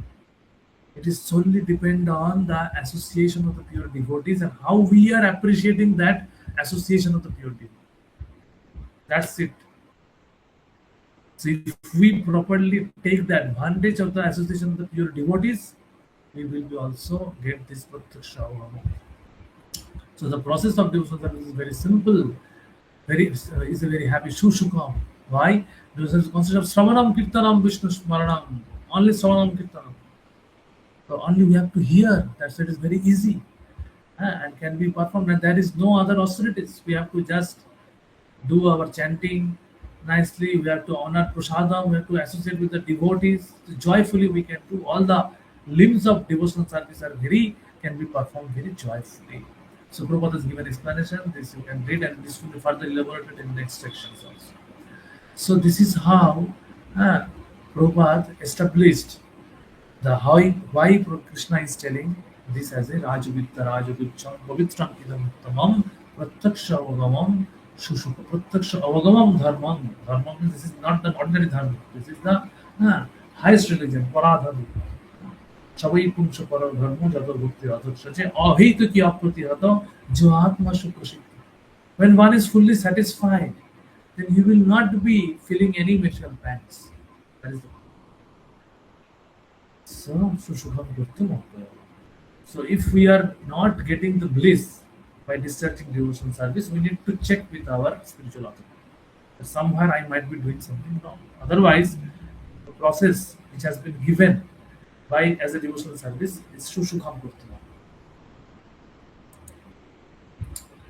Text 3. So now here Krishna will telling that who are disqualified to get this wonderful experience, who are deprived. Ashrattadhan Purusha Dharma Shasya Parantavo Aprapumam Nivartante Brittu Samsara Vartamani. So those who are not faithful in this devotional service cannot attain me or conquered of enemies. Therefore, they return to the path of birth and death in this life. So here, who are that? Not faithful. Ashrattadhan. So here, Prabhupada will elaborately describe about Shraddha. শ্রদ্ধা শব্দ বিশ্বাস করিলে কইলে কৃষ্ণ কর্ম কইলে সর্বকর্ম কৃত। হ্যাঁ, শ্রদ্ধা শব্দের বিশ্বাস, শ্রদ্ধা শব্দের বিশ্বাস, ফরগেটিং দ্য ওয়ার্ড, চৈতন্য চরিতামৃতে শ্রদ্ধা শব্দ দৃঢ় নিশ্চয়, সর্বকর্ম করলে সর্বকর্ম কৃত। Anyway, but the point is that more, if we have this faith that by discharging devotional service, everything will be taken care. That is called Shraddha. So those who are not having that Shraddha, they will not, they will be doomed to this. They will keep remain in birth and death. They will not able to elevate themselves towards spiritual elevation. Okay. So in Chaitanya Chaudhary said that faith is the complete conviction. This is what actually I was trying to quoting.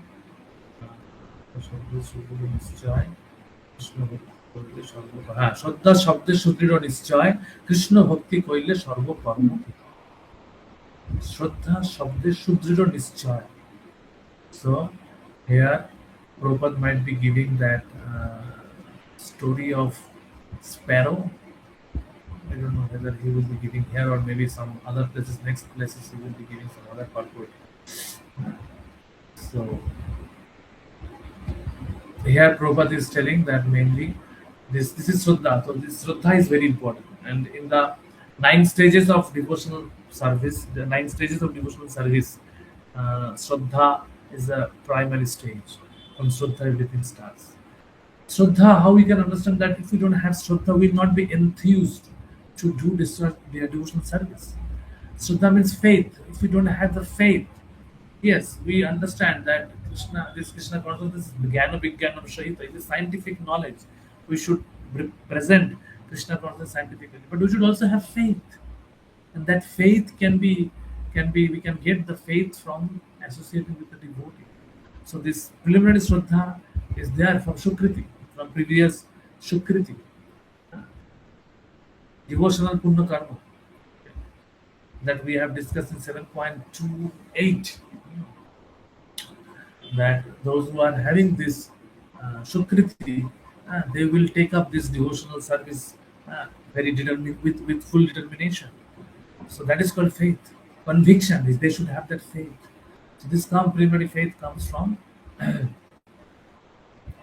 Sukriti. And then when he associate, it becomes depend. So here Prabhupada has elaborately explained there are different kinds of faith. Okay, here Prabhupada is saying that based on this faith, you will learn more about this when you study Nectar of Instruction. There are 3 categories of devotees will be discussed based on Shraddha and based on how they are expert in explaining scriptural conclusion. Okay, so based on these 2 aspects, the Kanishta, Madhyama and Uttama Bhakta will be discriminated. Okay, so that will be discussed further in there, and Prabhupada has explained detail in that. And here also this regarding that is one aspect. Another aspect is Karma Yoga, Jnana Yoga, Ashtanga Yoga. Prabhupada is telling that if we don't have faith in pure devotional service, more we increase the faith, then what will happen? See, what this sentence is very important. Sometimes there are third class persons in Krishna consciousness have some tendency toward Karma Yoga and Jnana Yoga. So third class means the Kanishta Adhikari stage. Okay, that is the Karma Yoga and Jnana Yoga. And sometimes they are disturbed. But as soon as the infection of Karma Yoga or Jnana Yoga, just see, when we were studying Karma Yoga and Jnana Yoga, we were glorifying that thing. And here in this section, it is an infection. It is an infection. We should get rid of it. It is a third class stage. So, okay, here actually it has been explained very, very strongly. Prabhupada is explaining the purport. But Karma Yoga is a good start. It's a good beginning for us. We are engaging, we are dovetailing all our activities in the Krishna service. But we should come by that we should not stuck to that stage. We should progressively advance. That is the point. That is the point has been explained in 6.47 purport also by Prabhupada. So they become second class or first class faith by faith. So our advancement should be gauged based on our faith. Whether we are deepening our faith or we are in superficial states. So that is what this is all about. Because faith is very, very important. So from Bhagavatam also, this Uttama Bhakti, Uttama Adhikari, Madhyama Adhikari, Kanishta Adhikari, these classifications are explained. And finally, the super excellency of pure devotional service has been concluded.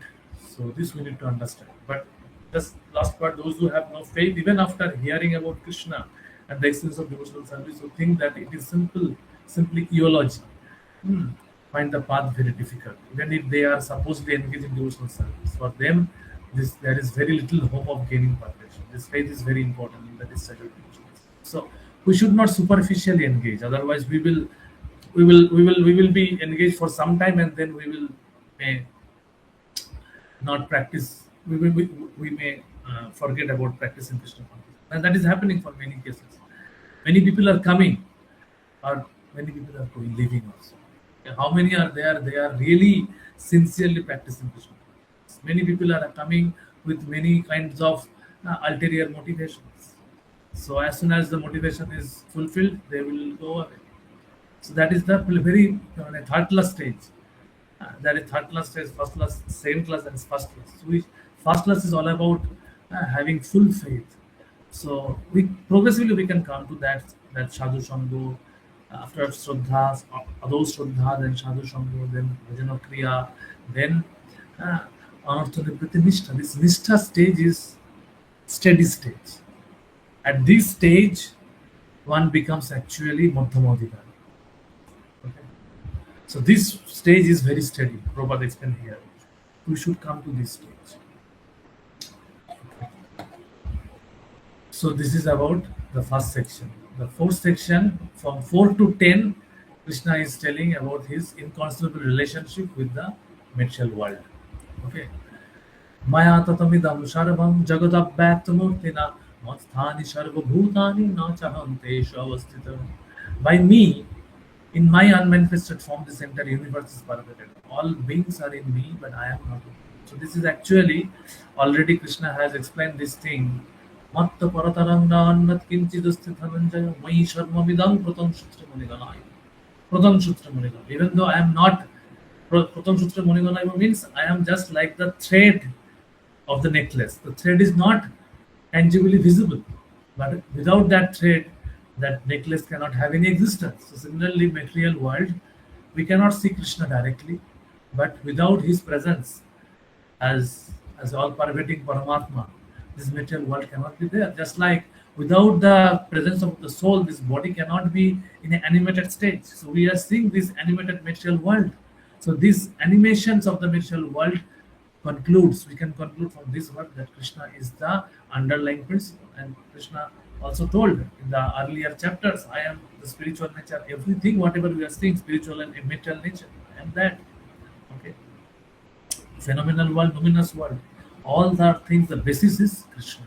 So this is all about this thing, and this will be revealed by spiritual practice. Krishna is not materially experienced. That's what already we have discussed. I am not elaborating further. So this is about the achinto bhedavetva. Krishna is there and not there. This is the only thing Krishna will elaborate from this verse number 4 to 10. This is the main thing, and he will give various examples. So that those examples will be maybe asked in your open book. So you just read, follow that thing, and if you have any question, you can ask in the discussion. I will go a little fast now because these things are already discussed earlier. Na cha me matsthani bhutani pasya jag aishwaram bhuta bhinna na cha bhutastha mama atma bhuta bhavana. So here Krishna is telling na cha matsthani bhutani. Just see the contradiction. Here Krishna is telling matsthani sarva bhutani, and here Krishna is telling na cha matsthani. Exactly opposite, exactly contradictory verse. What is this? When I first heard, I thought that I have read something wrong. I gone back to the earlier verse. Okay. Again and again I was going back. Just see. What is this? Maya Dadamidam Sarvam Jagadab Bhakti Murtina Mosthani Sarvabhutani Na Chamte Savustita Mosthani Sarvabhutani Mosthani Sarvabhutani means I am into all the Mosthani Sarvabhutani. All beings are in me. Okay, all beings are in me, within me. Okay, okay. But I am not within me. Okay, I am not me means like the sun. We can say in the through the window, oh, sun has come. Sun has come means sunlight has come. Sun is not come. So that I understand. Okay, all beings are in me. Uh, all beings are in me. So that is okay. I am all pervaded. All beings are in me. That is okay. Now what Krishna is telling? Nacha masthani bhutani. And yet everything that is created does not rest in me. Completely opposite thing. Pashame Jaga Oisharam. So whether something Krishna has told something wrong, sometimes I am speaking, sometimes I speak something, then I say, oh no. I'm not, I didn't mean that. Actually I mean this. Sorry. That was don't consider that. So whether Krishna has committed something wrong, has spoken something wrong, no. Krishna cannot speak something wrong. Actually, Krishna is not even repenting for that. Rather, Krishna is celebrating that. And by telling that, Pashame Jogo Ishwaram. Krishna understands that yes, this is a confusing word, this is a contradictory. But this contradiction, this is what Amai Jogo Ishwaram. This is what inconceivable mystic power. That everyone is in me. But I am not Nacha Mosthani Bhutan. But I am not there in my creation. And yet everything that is created does not rest in me. Krishna has just now told everything that is created does not rest in me. Krishna has told, I have explained now to you from chapter 7.7, from verse 7.7. Pratham Sutre Munigana Ivo. Matta Paratarang Nanat Kinchijasti Dhananjaya. Pratham Sarvam Idam Pratham Sutre Munigana Ivo. Sarvam Idam. Entire world is resting on me. Yet everything that is not created resting on me. So that means why Krishna is telling this contradiction? To refute the Mayavadi conclusion that as Krishna is telling all pervadingness, with that Krishna is not getting exhausted, just like some other material thing. Okay, even the material thing does not exhaust it. Like son comes from the father, does not mean that father is gone. Only son is existing. So it's not like that. So yes, when father gives birth, he is getting old, he is getting exhausted. Mother, after giving birth of children, mother got less because that is a material thing. Suppose I have a stock of 100 kilo of rice.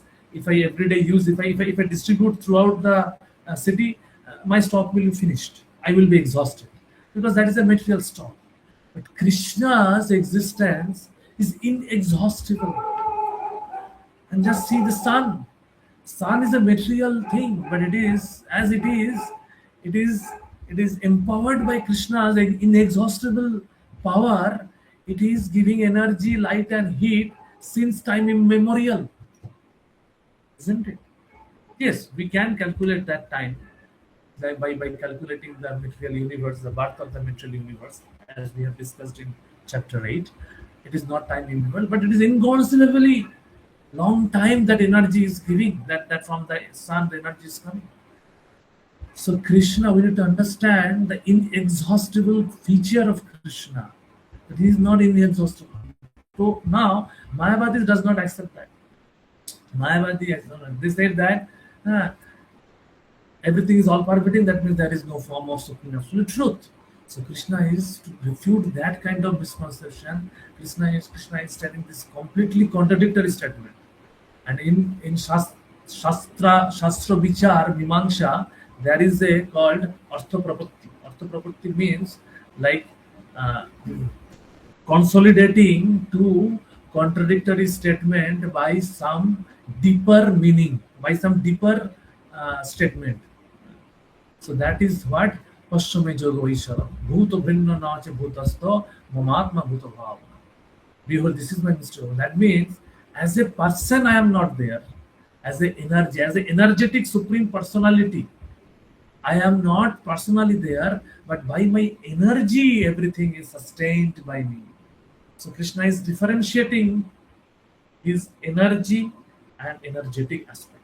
So this is what actually the Shavishesh Vadi's conclusions, the personalistic view. And the difference between personalistic and impersonalistic view is that they equate energy with the energetic. They boils down the energetic into energy. But personalistic view is that they keep two different aspects. They understand. The sun is there, sun ray is there. Simultaneously, sun and sun ray is there. This is called Achinta Bheda Abheda Tattva. Entire thing is this. So this is how we need to understand. Okay? Chapter verse 6. Now Krishna is giving an example to understand. Krishna understood that this is little difficult to understand concept. So Krishna is explaining further. Jatha akashasthito nittam vayu shadvatra go mohan tatha sharvani bhutani masthani upudharaya. Understand that as the mighty wind blowing everywhere, rest always in the sky, all created beings rest in him. So the sky is there. When we see upward, we see the sky up to some limit. That is Brahmanda actually. We see the Brahmanda. So in that sky, the wind is also there. Both this sky and wind is a great manifestation, mutual manifestation. So now the sky and wind are not directly connected, but the sky is holding the wind. So that is what all about. For the ordinary person, it is almost inconceivable how the huge metal creation is resting in it. But the Lord is giving an example which may help us to understand. The sky may be biggest manifestation we can conceive, and in that sky, the wind or air is the biggest manifestation in the cosmic world. The movement of the air influences the movement of everything.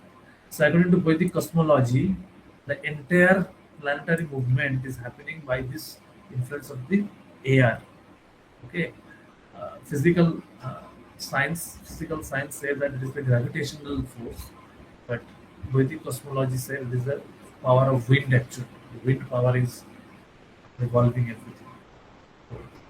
So, but although wind is great, it is still situated within the sky. The wind is not beyond the sky. Similarly, the wonderful cosmic manifestations are existing by the Supreme Being. So this is what we need to understand about the how it is. But that does not mean that wind and sky become same. Wind is one element, sky is another element. So this is how we need to understand. So here Prabhupada is quoting Brahma Samhita, Jatha Chakshurevo Esha Shavita Shakala Grahana Raja Samast Suramurti Rasesha Tejo Jashankaya Brahmati Samhito Kala Chakra Bhojindamadi Purusham Tamaham Bhajami. So here Prabhupada is explaining this thing that everything behind the background, Krishna is there. Krishna, by the fear of Krishna, everything is happening properly. Jad Bhisha Bhad Pavate. It is out of fear of the Supreme Lord that the wind is blowing. So everything is happening in natural, the phenomenal world, whatever we see, naturally happening. It is not naturally happening. It is behind it, because everything is happening so meticulously. So that means there are some controller over it.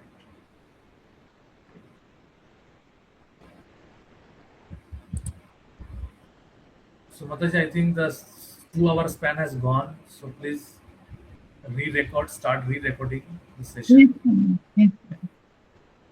So verse 7. Sharva bhutani kunteyo prakritim janti mamaikam kalpokhaye punastani kalpodau visrijam maham. So here Rasana Kunti at the end, Brahmandas from the perspective of Brahma's lifespan. Okay. The Brahma's day and night. Now, when the Brahma's life is finished, then what happens? Then it completely the Brahmandas are just like bubbles in the Karana, in the causal ocean. Okay, it's just like a bubble.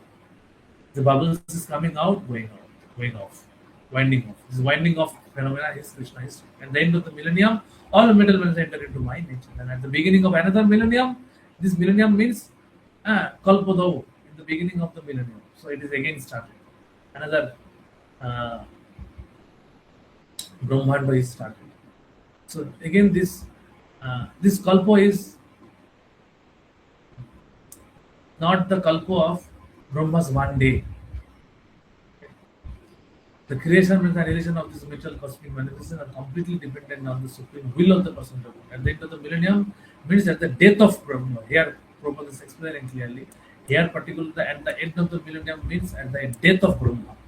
Death of Brahma means after living 100 years. So that we have already discussed.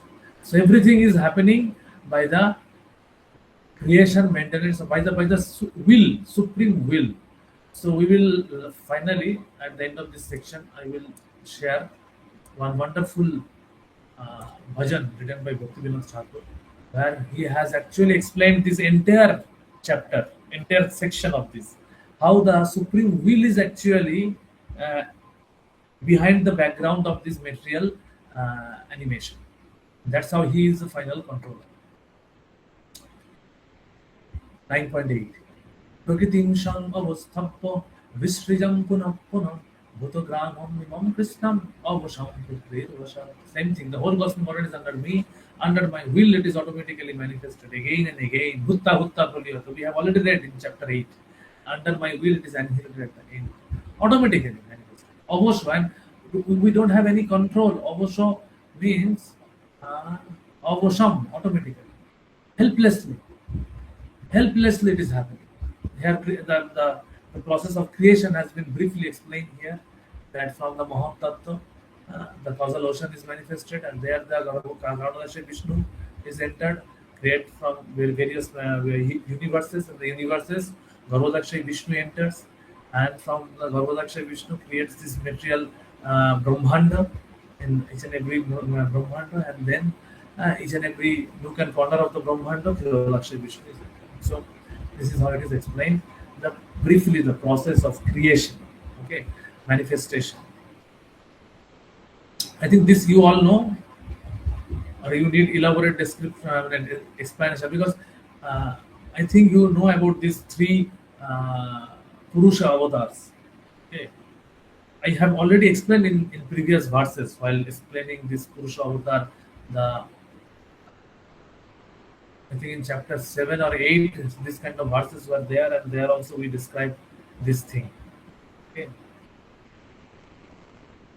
You understood this part? What actually this means? Mahatattva, from the material, Mahatattva is nothing but the all the ingredients are accumulated in one. All the ingredients of material creation is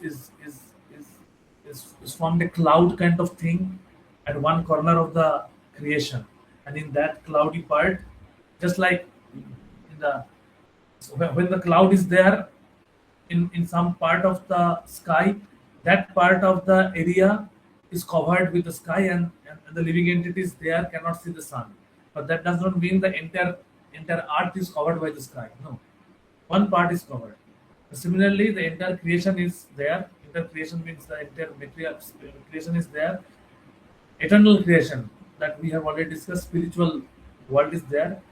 In that, some corner, some portion is covered with sky. That is actually Mahatma. Pradhana. Many things are what is there. So I will not enter the detailed technicality of the creation process.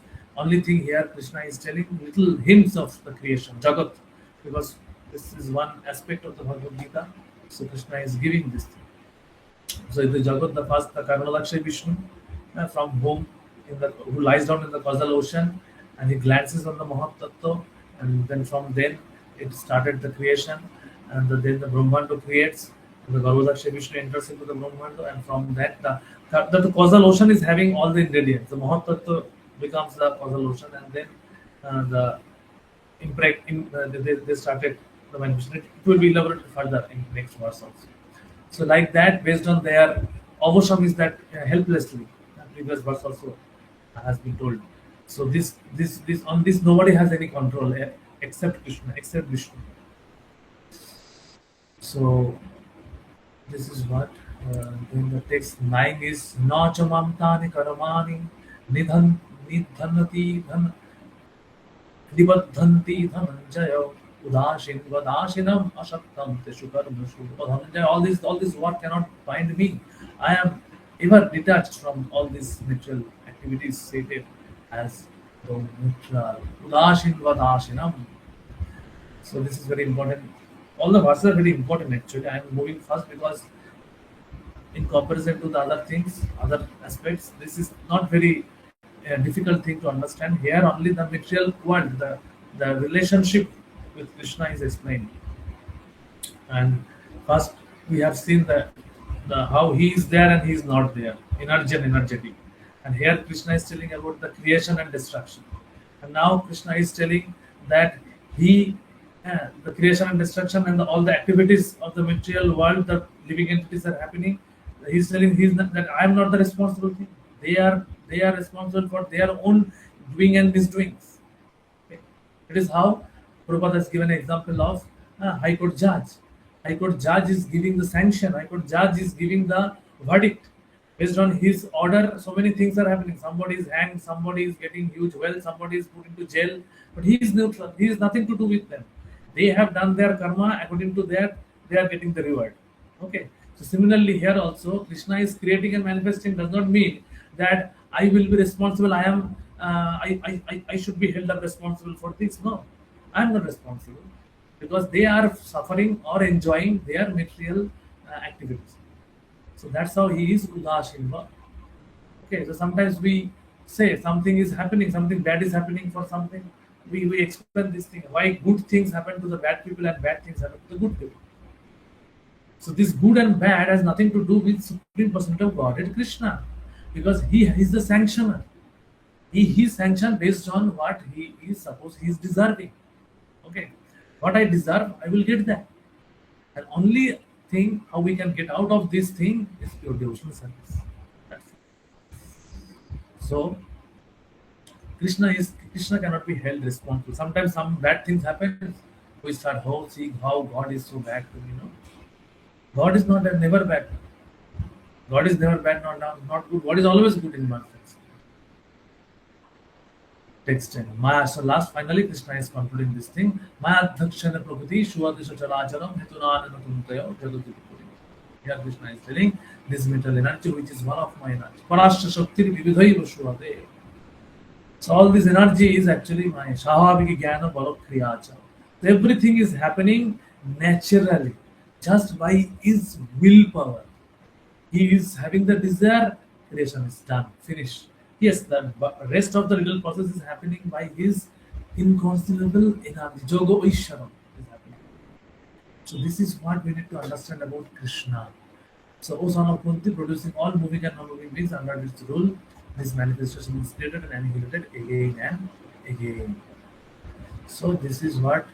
So here Prabhupada is giving another example. This example might be asked. I don't know whether how the syllabus is now. In your handbook, some analogies are there because when we started in my good institute, it was there. Some analogy also was there in the question.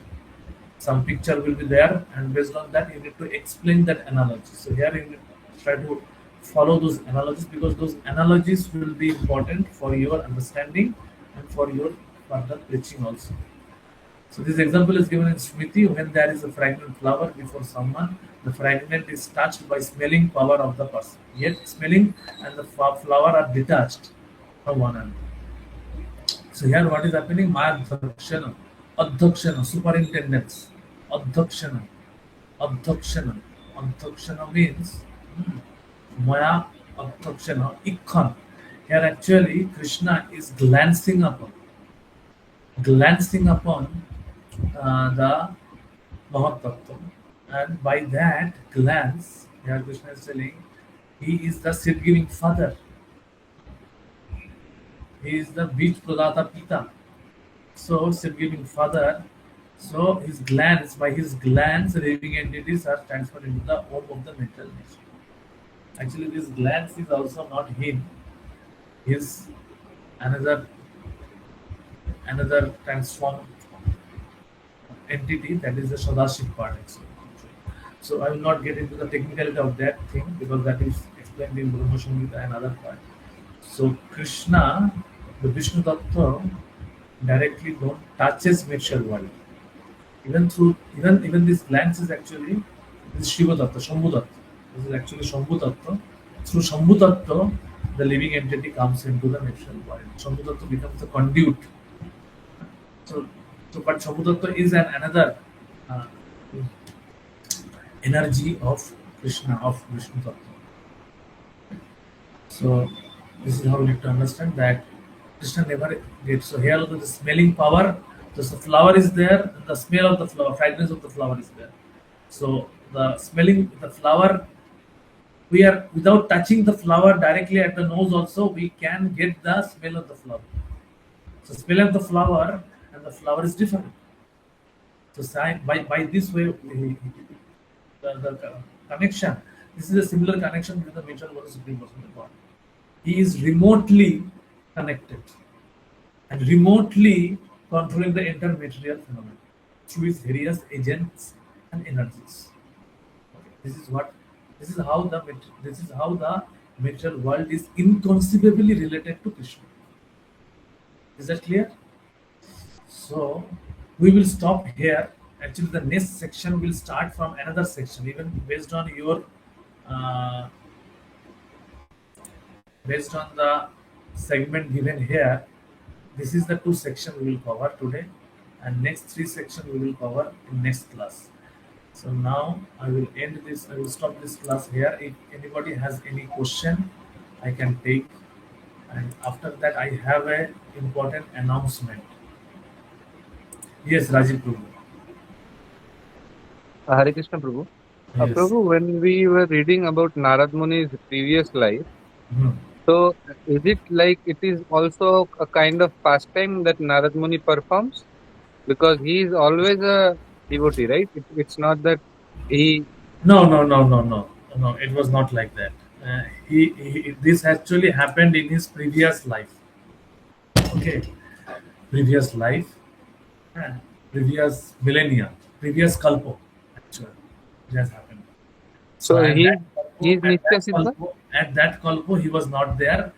In that kalpo, after he got this exchange of Bhakti Vedanta Swami's association as a maid servant son, and his mother will die, and then he will initially will get bewildered, he will cry, and then he will remember by the strength of the devotional service, he will go to he will start walking towards north, and then he will get vision of Krishna for one time. He will get a voice, and then he will explain, and then Krishna will tell that this time you will never get my vision anymore, but you discharge your devotional service, perfect yourself as a pure devotee, and then in next life you will become a pure devotee. So in next kalpa, he became the son of Brahma as an Arupani. And that was Manashaputra, Brahma's Manashaputra. From that onwards, he is a transcendental devotee roaming around throughout the world. So for Narad Muni, we refer him as Nitya Siddha. No, he's actually Shaktavesh avatar. Okay, he's Shaktavesh avatar. He comes under the Shaktavesh avatar. See, Nitya Siddha in one sense you can say, because since since since time immemorial, untraceable time, he is having this kind of thing, Nitya Siddha. Okay, but he was also have. This is the explanation he has given. Before he became Narad Muni, he has a past history. So in that sense, we cannot say he is a Nitya Siddha. One more thing, Prabhu. Like one point, you were saying that give Krishna to get Krishna. Yes. So sometimes it happens that preliminary stage we are hearing and reading something, but it may happen that we are not following, but we have the urge to share. So does that work? Like let's say somebody is not following but is sharing. So to the person who he is sharing it with, will the knowledge work? No, it may work partially. It may not work fully. You are right. You need to follow. You need to follow. That's what at least follow means say you should follow four regulative principle. Okay. I will follow four regulative principle because without having that purity, at least that level of purity, the word you will speak will not have that empowerment. So it may not have that much impact.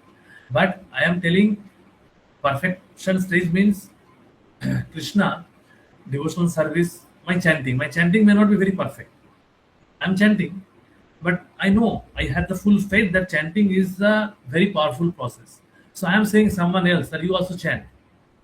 That doesn't mean that I am chanting fully perfect in that sense. But I need to follow at least four regulative principle that I need to follow before I start sharing this thing to other. Because if I don't follow that thing, I can misdirect him because I'm not. I can say yes, I'm chanting. You also chant. No need to follow anything. I'm also not following. So the message will a wrong message will go na. So that means following has a different stages of following.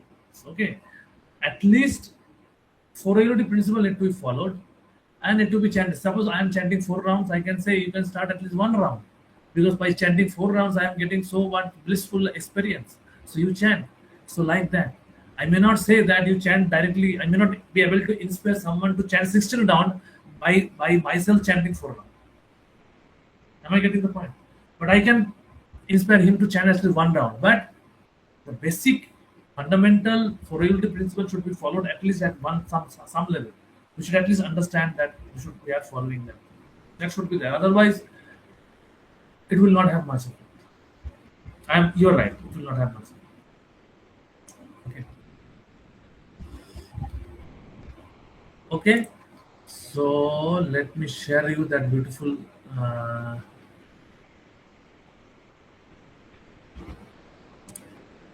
song by Bhakti Thakur. You might have heard this song.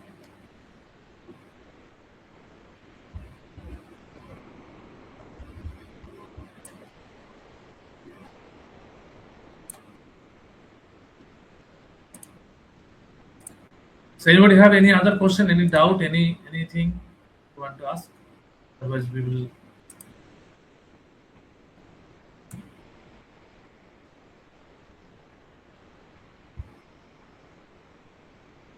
end our class here. But it is what time little bit. So this is the words. তুমি সর্বেশ্বরেশ্বরেশ্বর ব্রজেন্দ্র কুমার তোমার ইচ্ছায় বিশ্বে সৃজন সংহার তব ইচ্ছা মতো ব্রহ্মা করেন সৃজন তব ইচ্ছা মতো বিষ্ণু করেন পালন তব ইচ্ছা মতে শিব করেন সংহার তব ইচ্ছা মতে সময়া সৃজে কারাগার তব ইচ্ছা মতে জীবরে জন্ম মরণ সমৃদ্ধি নিপাত দুঃখ সুখ সংঘটন মিছে মায়ায় বদ্ধ জীব আশপাশে ফিরে তব ইচ্ছা বিনে কিছু করিতে না পারে তুমি তো তুমি তো তুমি তো রাখো তুমি তো রাখো রাখো আর তুমি তো রক্ষক আর পালক আমারও তোমারও চরণ বিনা আশা নাহি আর নিজ বল চেষ্টা প্রতি ভরসা ছাড়িয়া তোমারও ইচ্ছায় হয়ে আছি নির্ভর করিয়া ভক্তি বিনোদ প্রতিদিন অকিঞ্চন তোমারও ইচ্ছায় তার জীবন মরণ. So just see, this section has been clearly explained wonderfully in this Bengali verse, Bengali bhajan by Bhakti Vinod Thakur. So you can contemplate on this for further depending of understanding of this. Yes, Ankita Mataji. হরে কৃষ্ণ প্রভুজি, আমি close বুকের answer গুলো আমি যেটা দেখছিলাম, তো এই যে আমি তো বাংলায়, আমরা কয়েকজন আছি যারা বাংলায় এক্সামটা দেব, তো এই যে অনুশোবে যে ওয়ার্ডটা, ওটা ইংলিশে যেরকম দেওয়া আছে নন এনভিএস, বাংলায় দেওয়া আছে নির্মৎ স্বর। তাহলে যখন বলছে এই ওয়ার্ডটার আপনি অর্থ দিন, তাহলে এখানে তো ভগবান শ্রীকৃষ্ণ অর্জুনকে নির্মৎ স্বর বলছেন, তাহলে কি আমাকে এটা বলতে হবে যে উনি ভগবানের প্রতি ঈর্ষা পরায়ণ নন, অর্থাৎ ভগবানকে যারা ভালোবাসে তারা কেউই ভগবানের প্রতি ঈর্ষাপরায়ণ নন। হ্যাঁ হ্যাঁ তো এটা আমি কিভাবে লিখবো? উত্তরটা কি হবে? শুধু ওয়ার্ডটার মিনিং নাকি আর একটু এক্সপ্লেন করতে হবে? নাম্বারের উপর ডিপেন্ড করছে, নাম্বার যদি 1 নম্বর থাকে নির্মোশন লিখি যথেষ্ট। যথেষ্ট? আচ্ছা, যথেষ্ট, ঠিক আছে। আর কিছু লিখতে okay okay thank Hare Krishna. Anything else? আর কারো কোনো প্রশ্ন, কোনো ক্লারিফিকেশন? ওকে, আমি একটা পয়েন্ট, সেটা ঠিক আছে আমি পরে আলোচনা করে নেবো। আর প্রভুজি একটা যদি আমাদের ক্লাসে আমাদের যে মেমোরি শ্লোকাগুলো ইউনিট 2 তে যতগুলো রয়েছে, ইউনিট 1 এ আমরা কি করতাম, ক্লাসের পরে যেদিন একটু টাইম থাকতো আমাদের যে মেমোরি শ্লোকাগুলো আছে সেটা একবার করে ওই প্রজেক্ট করে একসাথে আমরা বলতাম। তা ওকে হচ্ছে কি যে আপনি যদি একটা ওকে কোনো ক্লাসে যদি একটু করিয়ে দেন তাহলে হ্যাঁ কি হবে, যেহেতু মোটামুটি বেশিরভাগ জনই আমরা যেহেতু ওয়ার্কিং, বা আপনি যদি একটা রেকর্ড করে পাঠিয়ে দেন, ওই যেতে আসতে শুনতে শুনতে কিছুটা মানে আমাদের হয়ে আমার যাবে আর কি। নিজের রেকর্ড করা নেই, একটা কোনো ভিডিও বা কিছু একটা আছে আমার কাছে, হ্যাঁ, সেখানে আপনি শ্লোকাগুলো যদি একটা অডিও করে যদি আপনি দিয়ে দেন, শুধু শ্লোকাগুলো চ্যান্ট করে। এটা অডিও বা ভিডিও, এটা ইউটিউবে একটা আছে করা, কারোর একটা আচ্ছা রেকর্ডিং করা আছে, সেটা আমি শেয়ার করে দিতে পারি। সেখানে বোধহয় টোটাল সবগুলোই আছে। আপনি যদি ইউনিট ওয়াইজ চান সেটা একটা আমাকে দেখতে হবে, আমি দেখে নিচ্ছি। ঠিক আছে, এটা মাথা রাখলাম, এটা আমি করে দেবো। এটা আমার জানা ছিল না, প্র্যাকটিসটা ভালো। এটা হ্যাঁ অ্যাকচুয়ালি এটা ওইভাবেই মুখস্থ করতে হয়, যাওয়া আসার পথে মুখস্থ করতে হয়। এটাই প্র্যাকটিস করতে করতে আমি মুখস্থ হয়। আমি যেরকম কোনো শ্লোক অনেকদিন প্র্যাকটিস যদি না করি আমি নিজে শুরুটা ভুলে যাচ্ছি হয়তো, এরকম হয়। এনিওয়ে ওকে, তো আমরা নেক্সট ক্লাসের ব্যাপারে একটা ব্যাপার, সেটা হচ্ছে যে নেক্সট ক্লাসটা হচ্ছে শুক্রবার। শুক্রবার আমি থাকছি না। শুক্রবার অ্যাকচুয়ালি আমি ট্রাভেলিং করব, জয়পুর যাচ্ছি। জয়পুর একটা যাত্রা হচ্ছে আমাদের এখানে দেবীর ভক্তদের। তো শুক্র শনি রবি গুড ফ্রাইডে আছে। তো শুক্রবারের ক্লাসটা শুক্রবার দিন হবে না, আমি শুক্রবারের ক্লাসটা নেব হচ্ছে ওই সোমবার।